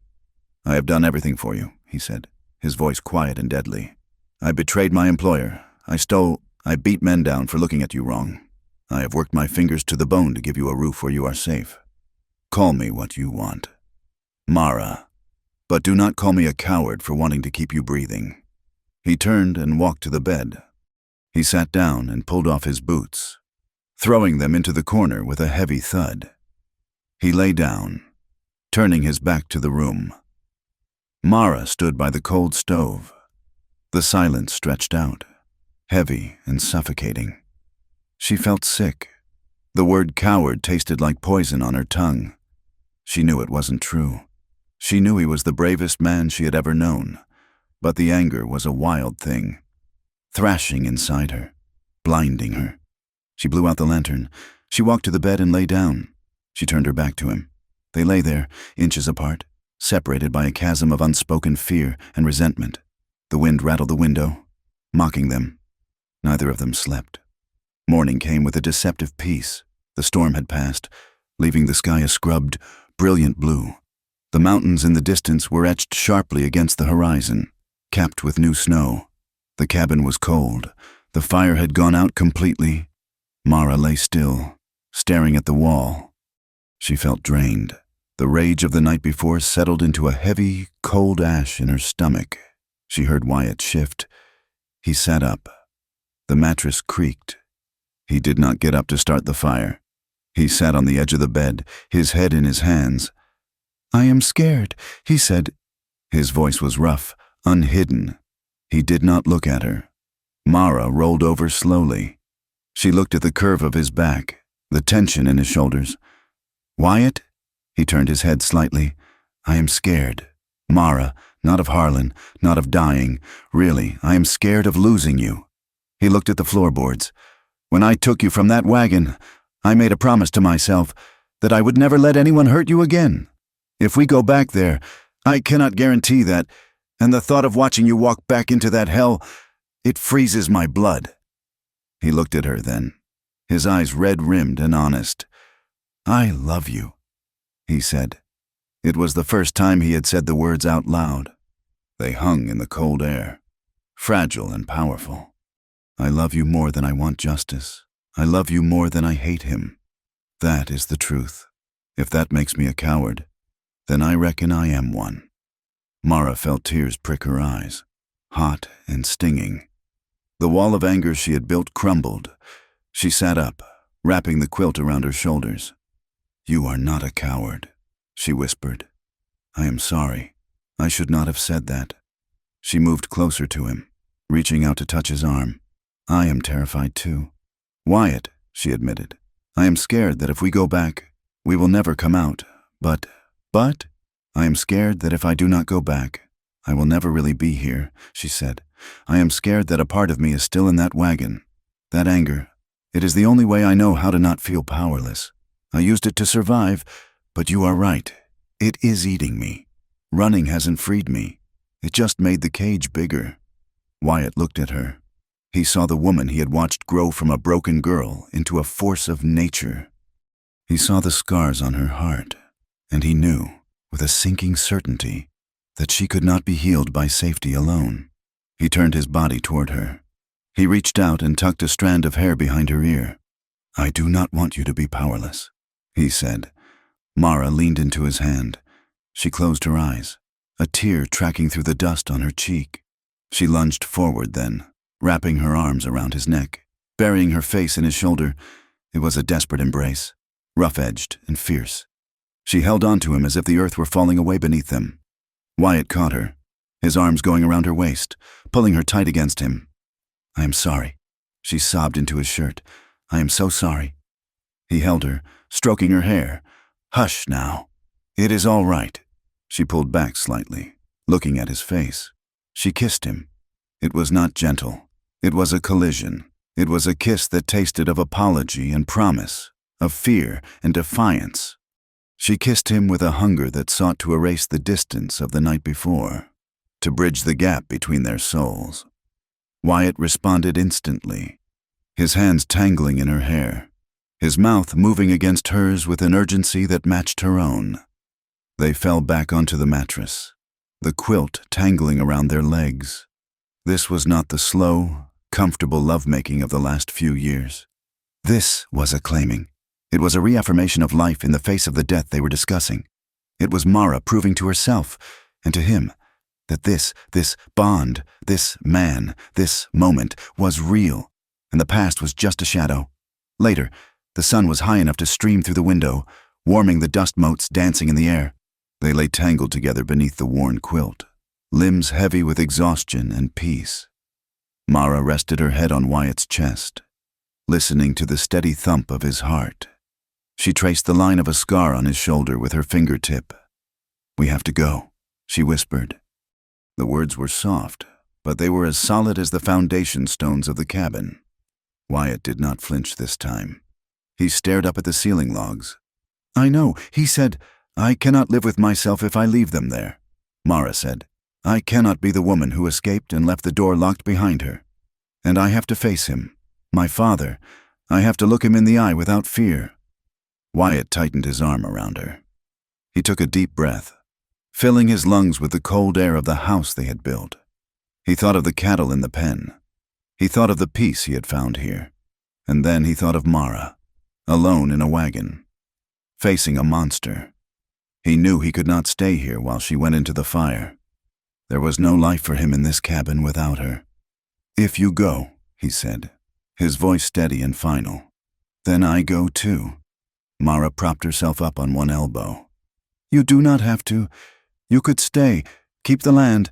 "No," Wyatt said. He looked at her, his slate-gray eyes clear and resolved. "There is no land for me without you, Mara. Wherever you choose to stand, that is where I belong. We ride together." Mara looked at him, and her heart swelled with a love so painful and sweet it made her breath catch. She nodded slowly. "Together," she said. Wyatt sat up. He swung his legs out of bed and reached for his trousers. "Then we best get started," he said. "We have cattle to sell. We need supplies. And we need ammunition." Mara watched him stand up, the sunlight outlining his form. She felt a cold shiver of anticipation, but the crushing weight of helplessness was gone. She was not a victim anymore. She was a woman with a rifle, a horse, and a man who would burn the world down for her. She threw off the quilt and stood up to meet the day. The wind was still blowing outside, but she no longer feared it. She was the storm now. The morning they left the high plains was cold enough to freeze the breath in a man's throat. The sky was the color of a bruised plum, heavy and low, pressing down on the cabin that Mara and Wyatt had built with their own hands. They had spent the previous 2 days preparing. It was a somber, efficient process, stripping their lives down to what could be carried in saddlebags and a single pack mule. They drove 20 head of their best steers over the ridge to the neighboring spread, a rocky parcel of land worked by an old man named Silas Miller. Miller was a man of few words and deep lines, his face weathered like a piece of driftwood. He counted the cattle, his eyes narrowing against the wind, and handed Wyatt a pouch of gold coins and a stack of greenbacks. "It is a fair price," Miller said, spitting a stream of tobacco juice into the frozen dirt. "You are leaving the rest?" "We are leaving them in your care," Wyatt said. "If we are not back by the first snow of next year, they are yours. Consider it payment for the feed." Miller looked from Wyatt to Mara. He saw the rifles scabbarded on their saddles. He saw the set of their jaws. He did not ask where they were going or why. In this country, men did not ask questions that had no easy answers. "You ride safe," Miller said simply. "The wind is changing." They turned their horses away from the only peace they had ever known. Mara did not look back at the cabin. She kept her eyes fixed on the ears of her horse, afraid that if she looked at the smoke curling from the chimney one last time, her resolve would shatter like ice under a hammer. The journey south was a descent into memory. They rode through country that grew increasingly arid and hostile. They navigated wind-carved canyons where the red rock walls rose hundreds of feet on either side, twisting and turning like the corridors of a nightmare. The wind here did not just blow. It screamed, funneling through the narrows with a sound like a dying animal. They crossed wide stretches of prairie where the grass was brittle and yellow. Along the way, they passed the skeletons of dreams that had failed. A chimney standing alone in a field of sagebrush, black with soot. The rusted iron rim of a wagon wheel half buried in the sand. Deep, hardened ruts in the earth where families had dragged their hopes westward, only to break an axle or a heart and leave them there to rot. As the days wore on, Mara grew quieter. She had been a woman of few words on their own land, but this was a different silence. It was a heavy, brooding thing. Her eyes lost their softness, fixing on the southern horizon with a terrifying intensity. Her jaw was perpetually clenched, a muscle jumping in her cheek. Wyatt rode beside her, watching her. He saw the way her hands tightened on the leather reins until her knuckles turned white. He saw the way she scanned every ridge, not for game, but for threats. On the fourth day, as the sun began to dip toward the jagged line of the mountains, Wyatt spurred his horse closer. He reached across the gap between their saddles.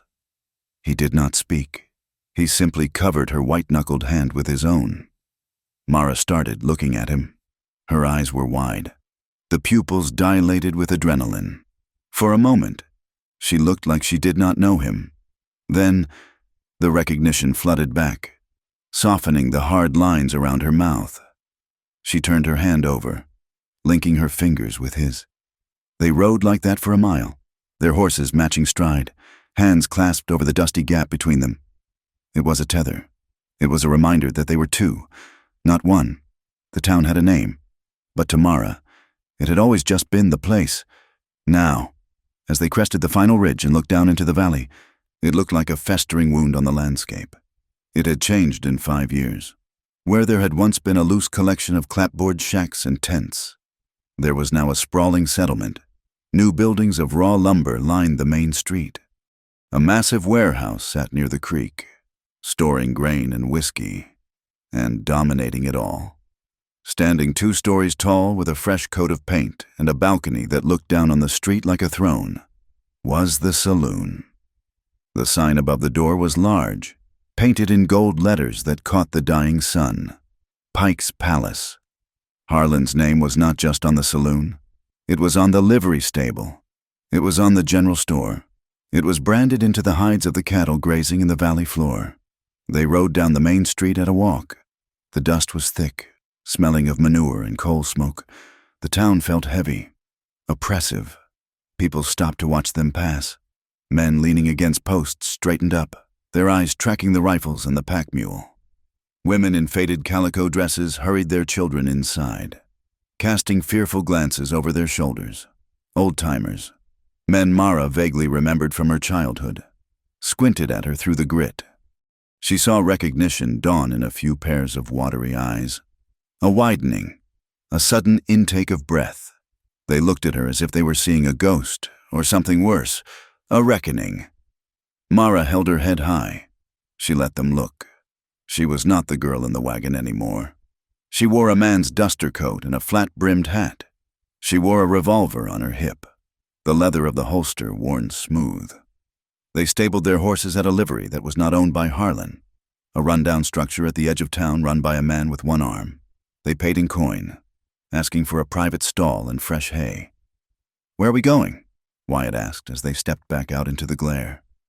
"The graveyard," Mara said. It was a small plot of land on a rise overlooking the creek, fenced in by rotting posts and barbed wire. It was choked with weeds and tumbleweeds.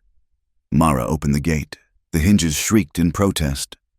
She walked past the newer graves, marked with wooden crosses, to a small depression near a twisted juniper tree.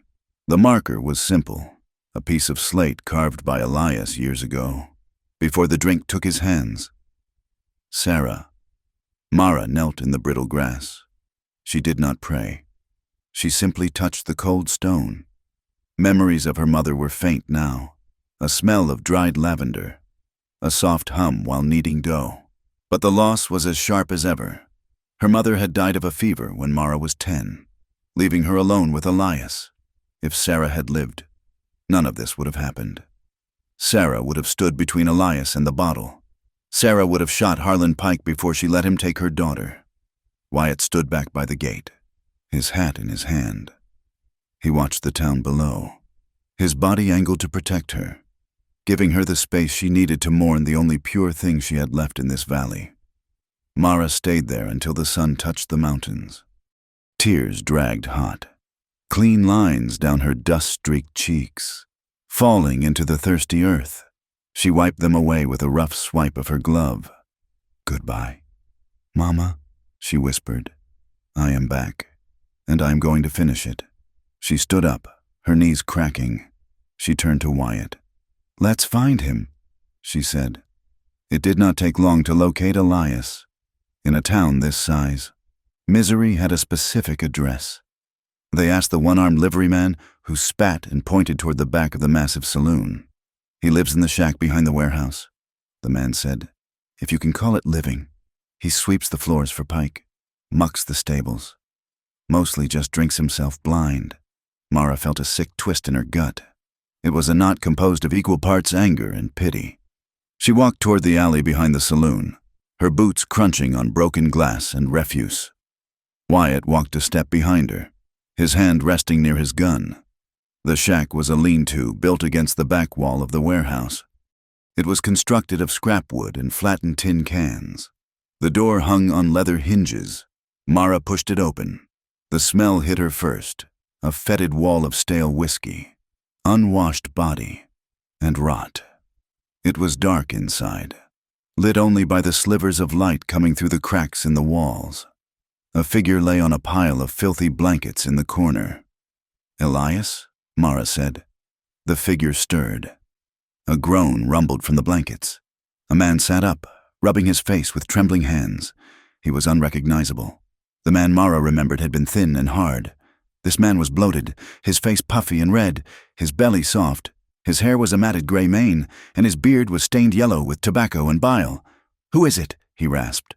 "I swept the floor. Harlan, I did it. Do not cut me off. It is not Harlan," Mara said. She stepped into the shaft of light. Elias squinted, his eyes watery and yellowed. He blinked, trying to focus. He looked at her boots, her gun belt, her face. "Mara," he whispered. It was a sound of pure disbelief. "Get up," she said. Elias scrambled backward, pressing himself against the wall. You are gone. You are gone to the ranch. I left the ranch 5 years ago. Pa, she said cold and hard." Elias shook his head. No, Harlan said. "He said you ran off. He said you were dead in the desert. He lied," Mara said. "Just like you lied when you said it was for the best."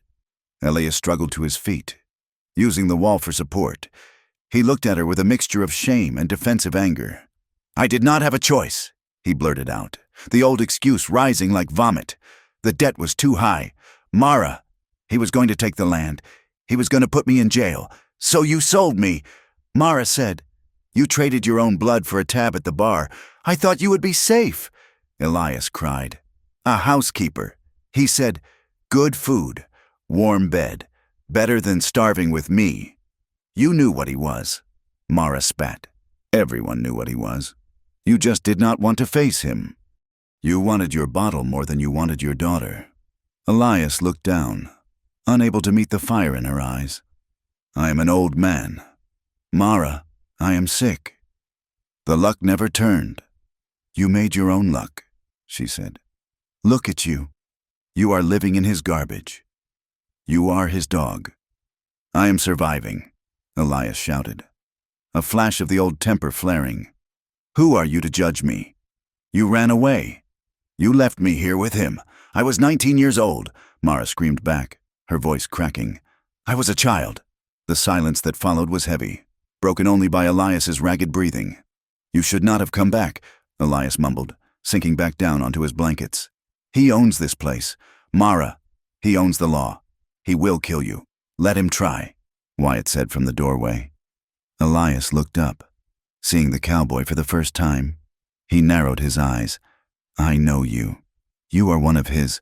Wyatt, I was. Wyatt said, now I'm with her. Elias laughed. A wet, hacking sound. Two fools. You think you can walk in here and change things? Harlan has a paper, a contract. A contract for a human being is no contract at all, Wyatt said. Just then, a shadow fell over the doorway. The light was blocked out. Well, a smooth voice said, if it is not the prodigal daughter. Mara spun around. Harlan Pike stood in the alley. He had aged well. His suit was fine wool, clean and pressed. His vest was silk. He wore a gold watch chain that glittered in the sun. He looked prosperous, powerful, and utterly unbothered. Two men stood behind him, big men with shotguns cradled in their arms. Harlan smiled. It was a smile that did not reach his eyes. His eyes were flat and dead, like a shark's. I heard a rumor you had returned, Harlan said, stepping into the shack, wrinkling his nose at the smell. And you brought my thief of a cowhand with you? Hello, Wyatt. Harlan, Wyatt said, his voice level. You look well, Mara, Harlan said, his eyes raking over her body, assessing her like a piece of livestock he had misplaced. A little rough around the edges, perhaps, but the years have given you texture. I am not your property. Harlan? Mara said, her hand hovering near her gun. Harlan chuckled. On the contrary, my dear, I have a bill of sale, signed by your father right there. He pointed a manicured finger at Elias, who cowered in the corner. You owe me 5 years of labor, plus interest, and the cost of the horse Wyatt stole. I owe you nothing but a bullet, Mara said. Harlan tutted. Such violence. You see, Wyatt, she needs a firm hand. Harlan took a step closer to Mara. His presence filled the small space. You made a mistake coming back, he said softly. I was content to let you rot in the desert. But now that you are here, well, I am a man who insists on balancing his books. You belong to me, Mara, and this time, there will be no open windows to crawl out of. Wyatt moved. It was a blur of motion. He stepped between Mara and Harlan, his chest heaving. His fists were curled so tight the knuckles were white. You touch her, Wyatt snarled, getting in Harlan's face, and I will tear your throat out with my teeth. Harlan did not flinch. He just looked past Wyatt's shoulder at the men with shotguns. Try it, cowboy, Harlan whispered. Give me an excuse to paint this shack with your brains. Wyatt's muscles coiled. He was ready to die right there. He was ready to end it. No, Mara hissed. She grabbed Wyatt's arm, her fingers digging into his bicep. Wyatt, no, not yet. She pulled him back. She knew they could not win this here, not in a shack, outnumbered, with Elias cowering in the corner. If Wyatt swung, they would both be dead in seconds. Harlan smiled, seeing her restraint. Smart girl. You always were brighter than your father. He straightened his cuffs. I will give you a day, Harlan said, to settle your affairs. Enjoy the town. Visit the grave. But tomorrow, Mara, you come to the saloon.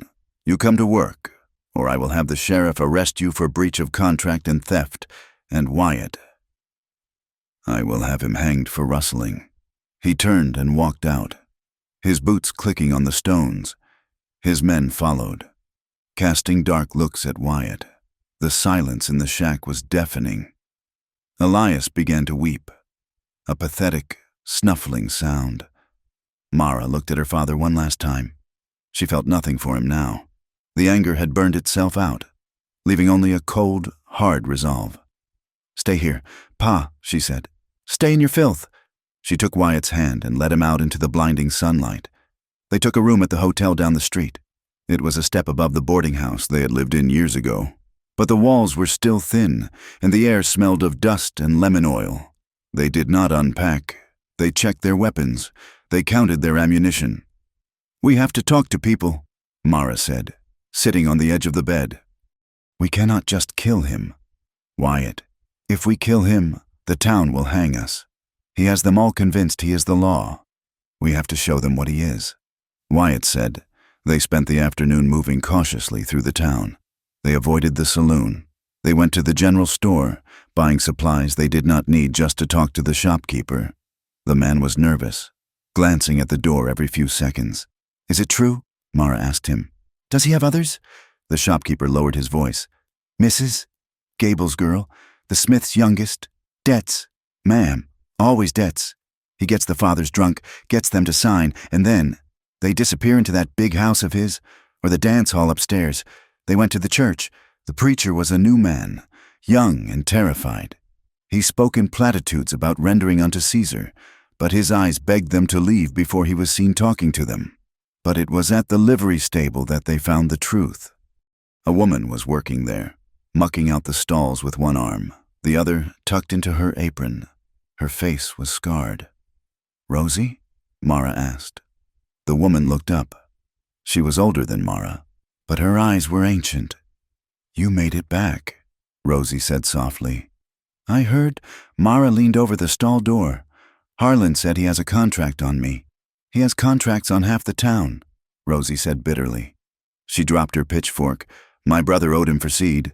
Harlan took me, said it was for a month." "What happened?" Wyatt asked. "I was there 3 days. Rosie said, he is a devil. My brother came back with a rifle. Told Harlan he would burn the ranch down if he did not let me go. Harlan laughed, but he let me go. Said I was damaged anyway." Rosie pulled her arm from her apron. "It was twisted. The bone healed wrong. He broke it before I left," she whispered. A reminder to keep my mouth shut. Mara felt a fire ignite in her chest that was different from the rage she had felt for her father. This was not personal anymore. This was not just about her lost innocence or her father's betrayal. This was a monster eating a town alive. "There are others?" Mara asked. Rosie nodded. 5 or 6 girls up at the house, more in the saloon. They are scared. Mara, they have nowhere to go." Mara looked at Wyatt. His face was grim. His jaw set like granite. "We cannot just leave," she said. "I know," Wyatt said. Night fell over the town like a shroud. The music from the saloon drifted down the street, a tinny, frantic piano tune that sounded like forced laughter. In the hotel room, Mara and Wyatt lay in the narrow iron bed. They were fully dressed, save for their boots. The door was bolted, and a chair was wedged under the handle. The tension in the room was a physical thing. It coiled in the corners. It sat on their chests. Mara stared at the ceiling. She could feel Wyatt's body beside her, stiff and alert. "He is going to come for us tomorrow," she whispered. "Let him come," Wyatt said. "I am scared. Wyatt, I know." He turned on his side, pulling her into his arms. It was a desperate embrace. They clung to each other as if the floor were falling away. In the dark, with the sounds of the hostile town outside, they needed to feel something tender. They needed to remember that they were human, not just instruments of vengeance. Wyatt's hands moved over her, not with the practiced ease of their nights in the cabin, but with a frantic urgency. He touched her face, her neck, her shoulders, as if memorizing the shape of her. Mara buried her hands in his hair, pulling his mouth down to hers. She kissed him deep and hard, tasting the fear and the love on his tongue. "Make me forget," she whispered against his throat. "Just for an hour. Make me forget him." Their lovemaking was soft and urgent all at once. It was a silent conversation in the dark. Mara cupped Wyatt's face, her thumbs tracing the lines of his jaw. He whispered her name against her skin, over and over, a prayer and a shield. Every touch carried the unspoken weight of the dawn.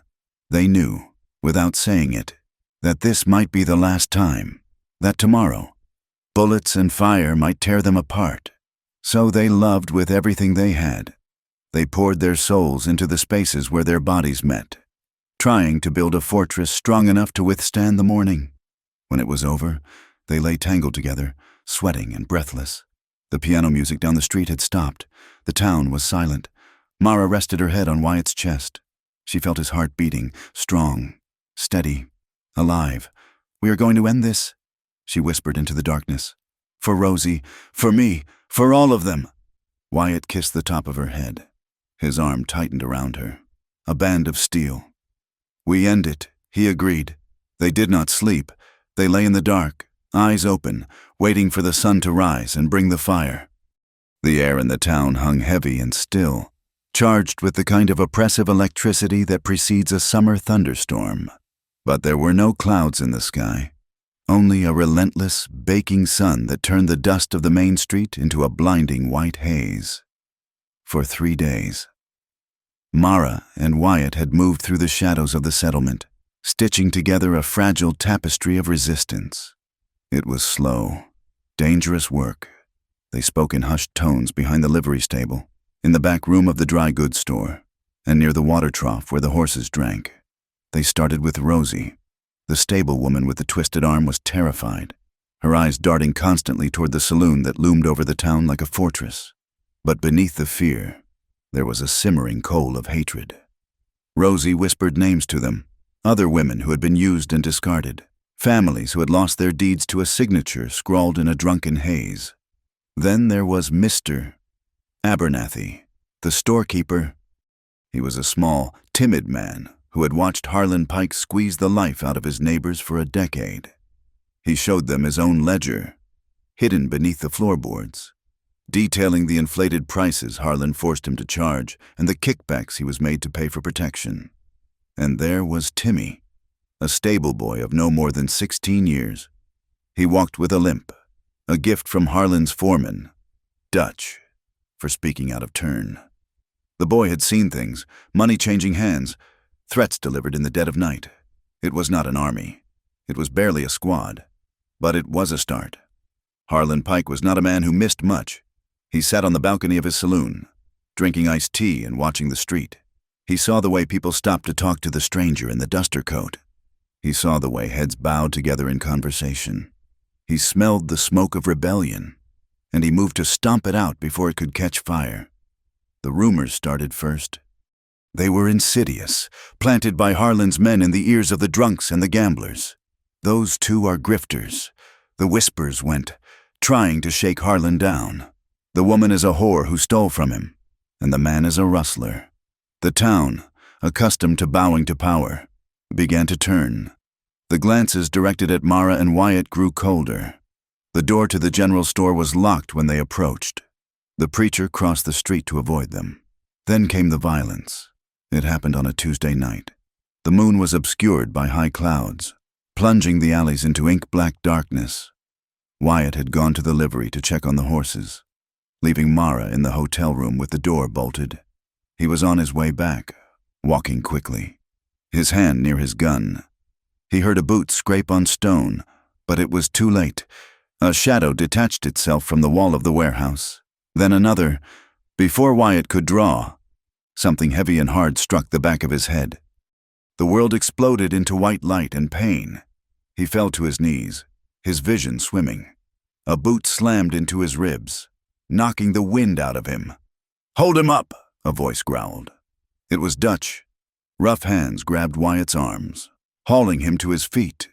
He shook his head, trying to clear the fog, but a fist slammed into his stomach, doubling him over.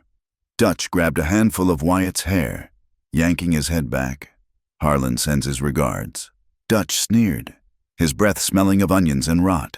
"He says you have overstayed your welcome. Take the girl and ride out by dawn. If we see you tomorrow, we will bury you in the canyon." Dutch drew a knife. He brought the hilt down hard on Wyatt's temple, splitting the skin. Then he punched him in the mouth, a sickening crunch of teeth cutting into lip. They dropped him in the mud. Wyatt lay there, gasping for air, the taste of copper filling his mouth. He heard them laugh as they walked away, their boots heavy and confident. It took him 20 minutes to crawl back to the hotel. When Mara opened the door, her face went white. Wyatt stood in the hallway, swaying, his shirt torn and soaked in blood, one eye swollen shut, his lips split wide open. "Wyatt!" She pulled him inside, locking the door with trembling hands. She guided him to the bed, her heart hammering against her ribs like a sledgehammer. "Sit down," she commanded, her voice shaking. She fetched the basin and a cloth as she wiped the blood from his face. Seeing the damage Harlan's men had inflicted, the fear that had been her constant companion for days suddenly vanished. It did not fade. It crystallized. It hardened into something cold and sharp and unbreakable. Wyatt hissed in pain as she touched his ribs. "We have to go," he rasped, spitting blood into the basin. "They will kill us. Mara, we cannot win this." Mara looked at his battered face. She looked at the man who had saved her life, the man who had built a home with her, the man who loved her enough to walk into hell beside her. And she saw what Harlan had tried to do. He had tried to break Wyatt to break her. She rinsed the cloth, the water turning pink. She wrung it out with hands that were steady as stone. "No," she said. "Mara," Wyatt pleaded, grabbing her wrist. "Look at me. We are alone here. We are not alone," she said. "And we are not leaving." She stood up, walking to the window. She looked out at the saloon down the street, blazing with light and noise. "My father sold me to pay a debt," she said quietly. "He sold me because he was weak. Harlan bought me because he thought he could own a person like he owns a cow. For years, I let that define me. I let the shame of it tell me who I was." She turned back to Wyatt, her eyes blazing with a terrifying fire. "If we leave now, Wyatt, we are just running again, and they will keep doing this. To Rosie, to Timmy, to every girl who has the bad luck to be born to a man who likes whiskey. I will not watch you be destroyed for me, and I will not let him win." She went to her saddlebags and pulled out her clean shirt, a white Sunday shirt she had packed. She changed quickly, tucking it into her trousers. She strapped her gun belt on, cinching it tight. "What are you doing?" Wyatt asked, struggling to sit up. "I'm going to close the account," she said. The saloon was full. It was a Wednesday night, but in Harlan Pike's town, every night was a night to drink. The air was thick with smoke, hanging in blue layers beneath the tin ceiling. The piano player was hammering out a lively tune, competing with the roar of laughter and the clink of glass. Harlan stood at the bar, holding court. He was laughing at a joke, his hand resting on the shoulder of the sheriff. Elias sat at a table in the corner, nursing a mug of beer, looking small and defeated. The batwing doors swung open. It was not a violent entrance. There was no shouting, no kicked doors, but something about the way the figure stood there, silhouetted against the dark street, made the room go quiet. The piano player faltered and stopped. The conversation died away, rippling outward from the door until the only sound was the hiss of the oil lamps. Mara stepped into the light. She stood straight-backed, her head high. She looked at no one but Harlan. Her face was pale, but her eyes were dry and clear. Harlan turned slowly, a smirk touching his lips. "Well," he said, his voice carrying easily in the silence, "the little bird returns. I assume you are here to honor the contract?" Mara walked forward.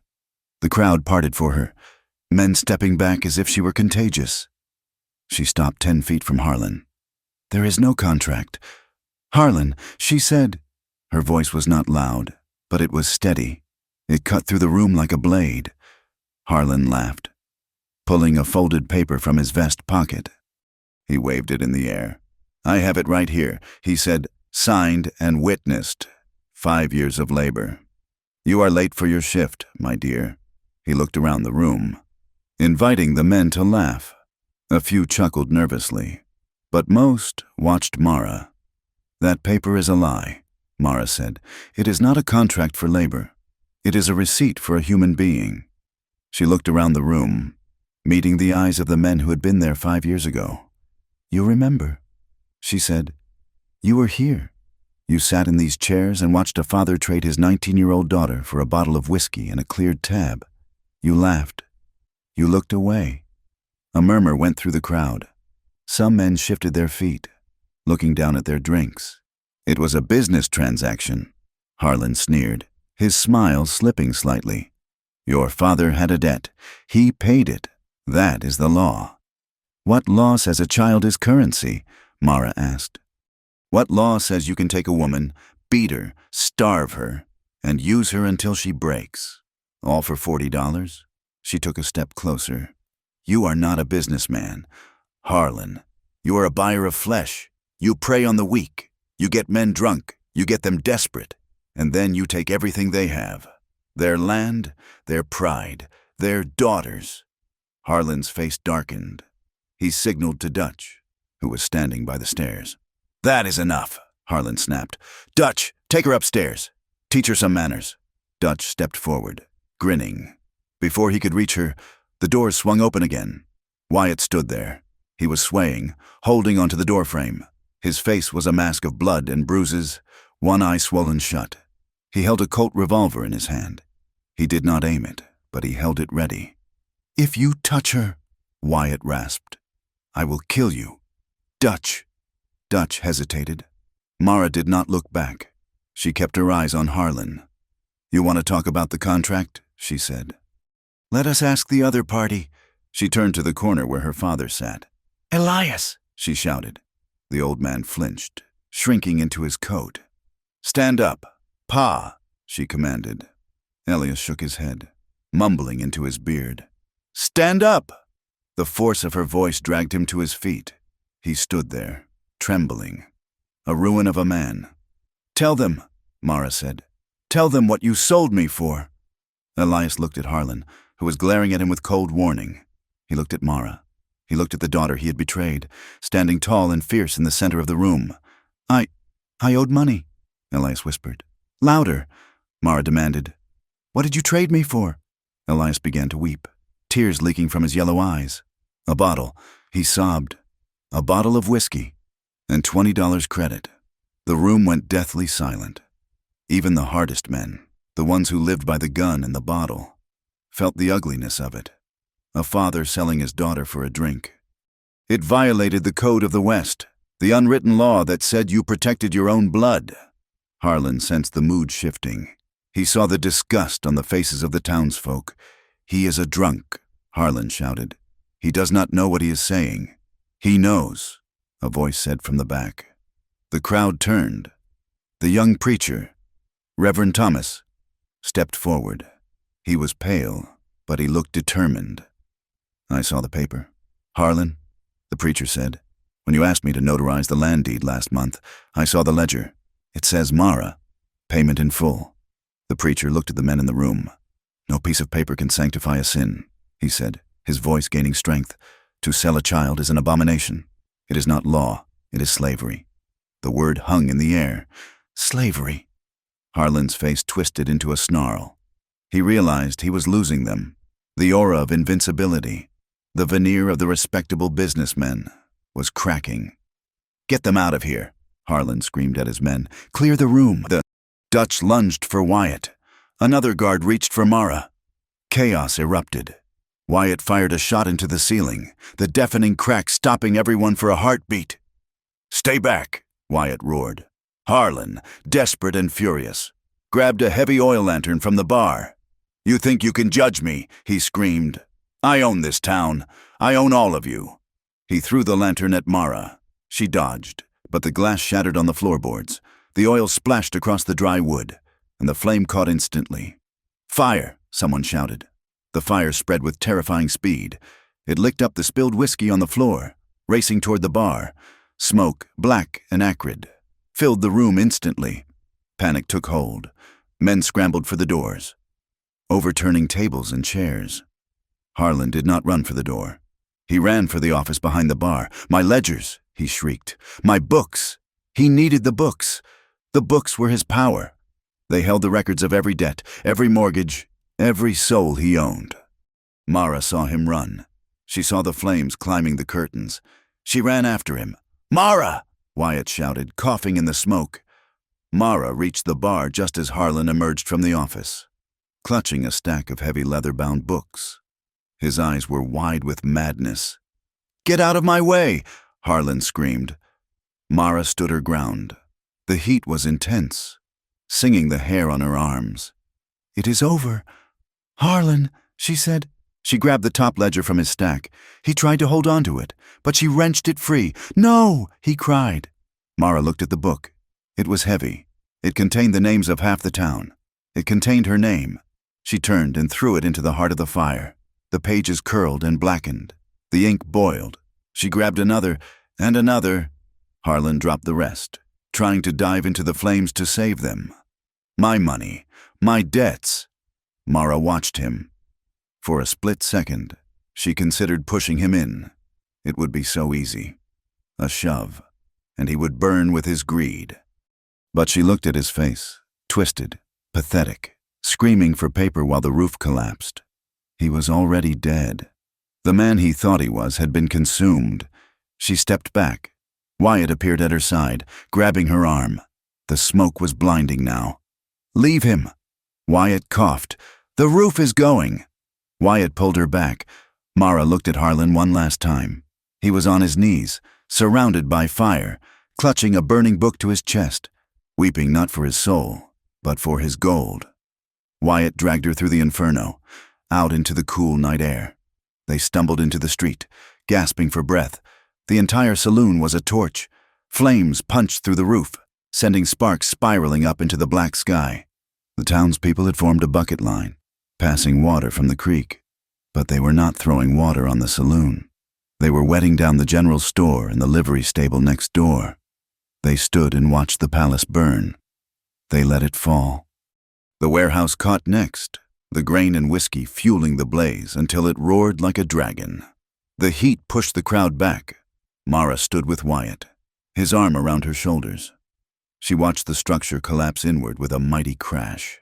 The sign, Pike's Palace, fell into the street, charred and broken. It was done. The ledgers were ash. The debts were smoke. Harlan Pike stumbled out the back door, singed and coughing, clutching nothing but soot. He fell to his knees in the dirt, screaming at the sky, but no one moved to help him. He had lost his wealth, his proof, and his fear. He was just a small, burnt man in a town that no longer owed him anything. The next morning, the air smelled of wet char and freedom. Mara stood by the river, watching the water flow over the stones. The sun was rising, painting the sky in soft pinks and golds. She heard footsteps behind her. She turned. It was Elias. He looked worse than ever. His coat was scorched, his face smeared with soot. He held his hat in his hands, turning it round and round. Mara, he croaked. She did not speak. She waited. I am sorry, he said. The words were quiet, broken. I was weak. Girl, I was a bad father. The drink. It took me. He looked up at her, his eyes pleading for absolution. I can change. Mara, now that he is gone, maybe I can come with you. I can work. I can mend fences. Mara looked at him. She looked at the man who had given her life and then sold it. She felt the old ache, the desire to be a daughter, to be loved. But she also felt the steel in her spine. She thought of the nights she had spent screaming in her sleep. She thought of the bruises on Wyatt's face. No, Pa, she said. Elias flinched. Mara, please, I am your kin. You are my father? She said softly. That will never change. But you are not my family. Not anymore. She took a step closer to him. I do not forgive you, she said. Elias crumbled, burying his face in his hands. But, she continued, her voice steady, I will not carry your sin anymore. It is yours to hold. I am putting it down right here, by this river. She turned away from him. Goodbye, Elias. She walked up the bank, her boots crunching on the gravel. She did not look back at the sound of his weeping. She left him there with his guilt and the water. That was punishment enough. Wyatt was waiting for her by the horses.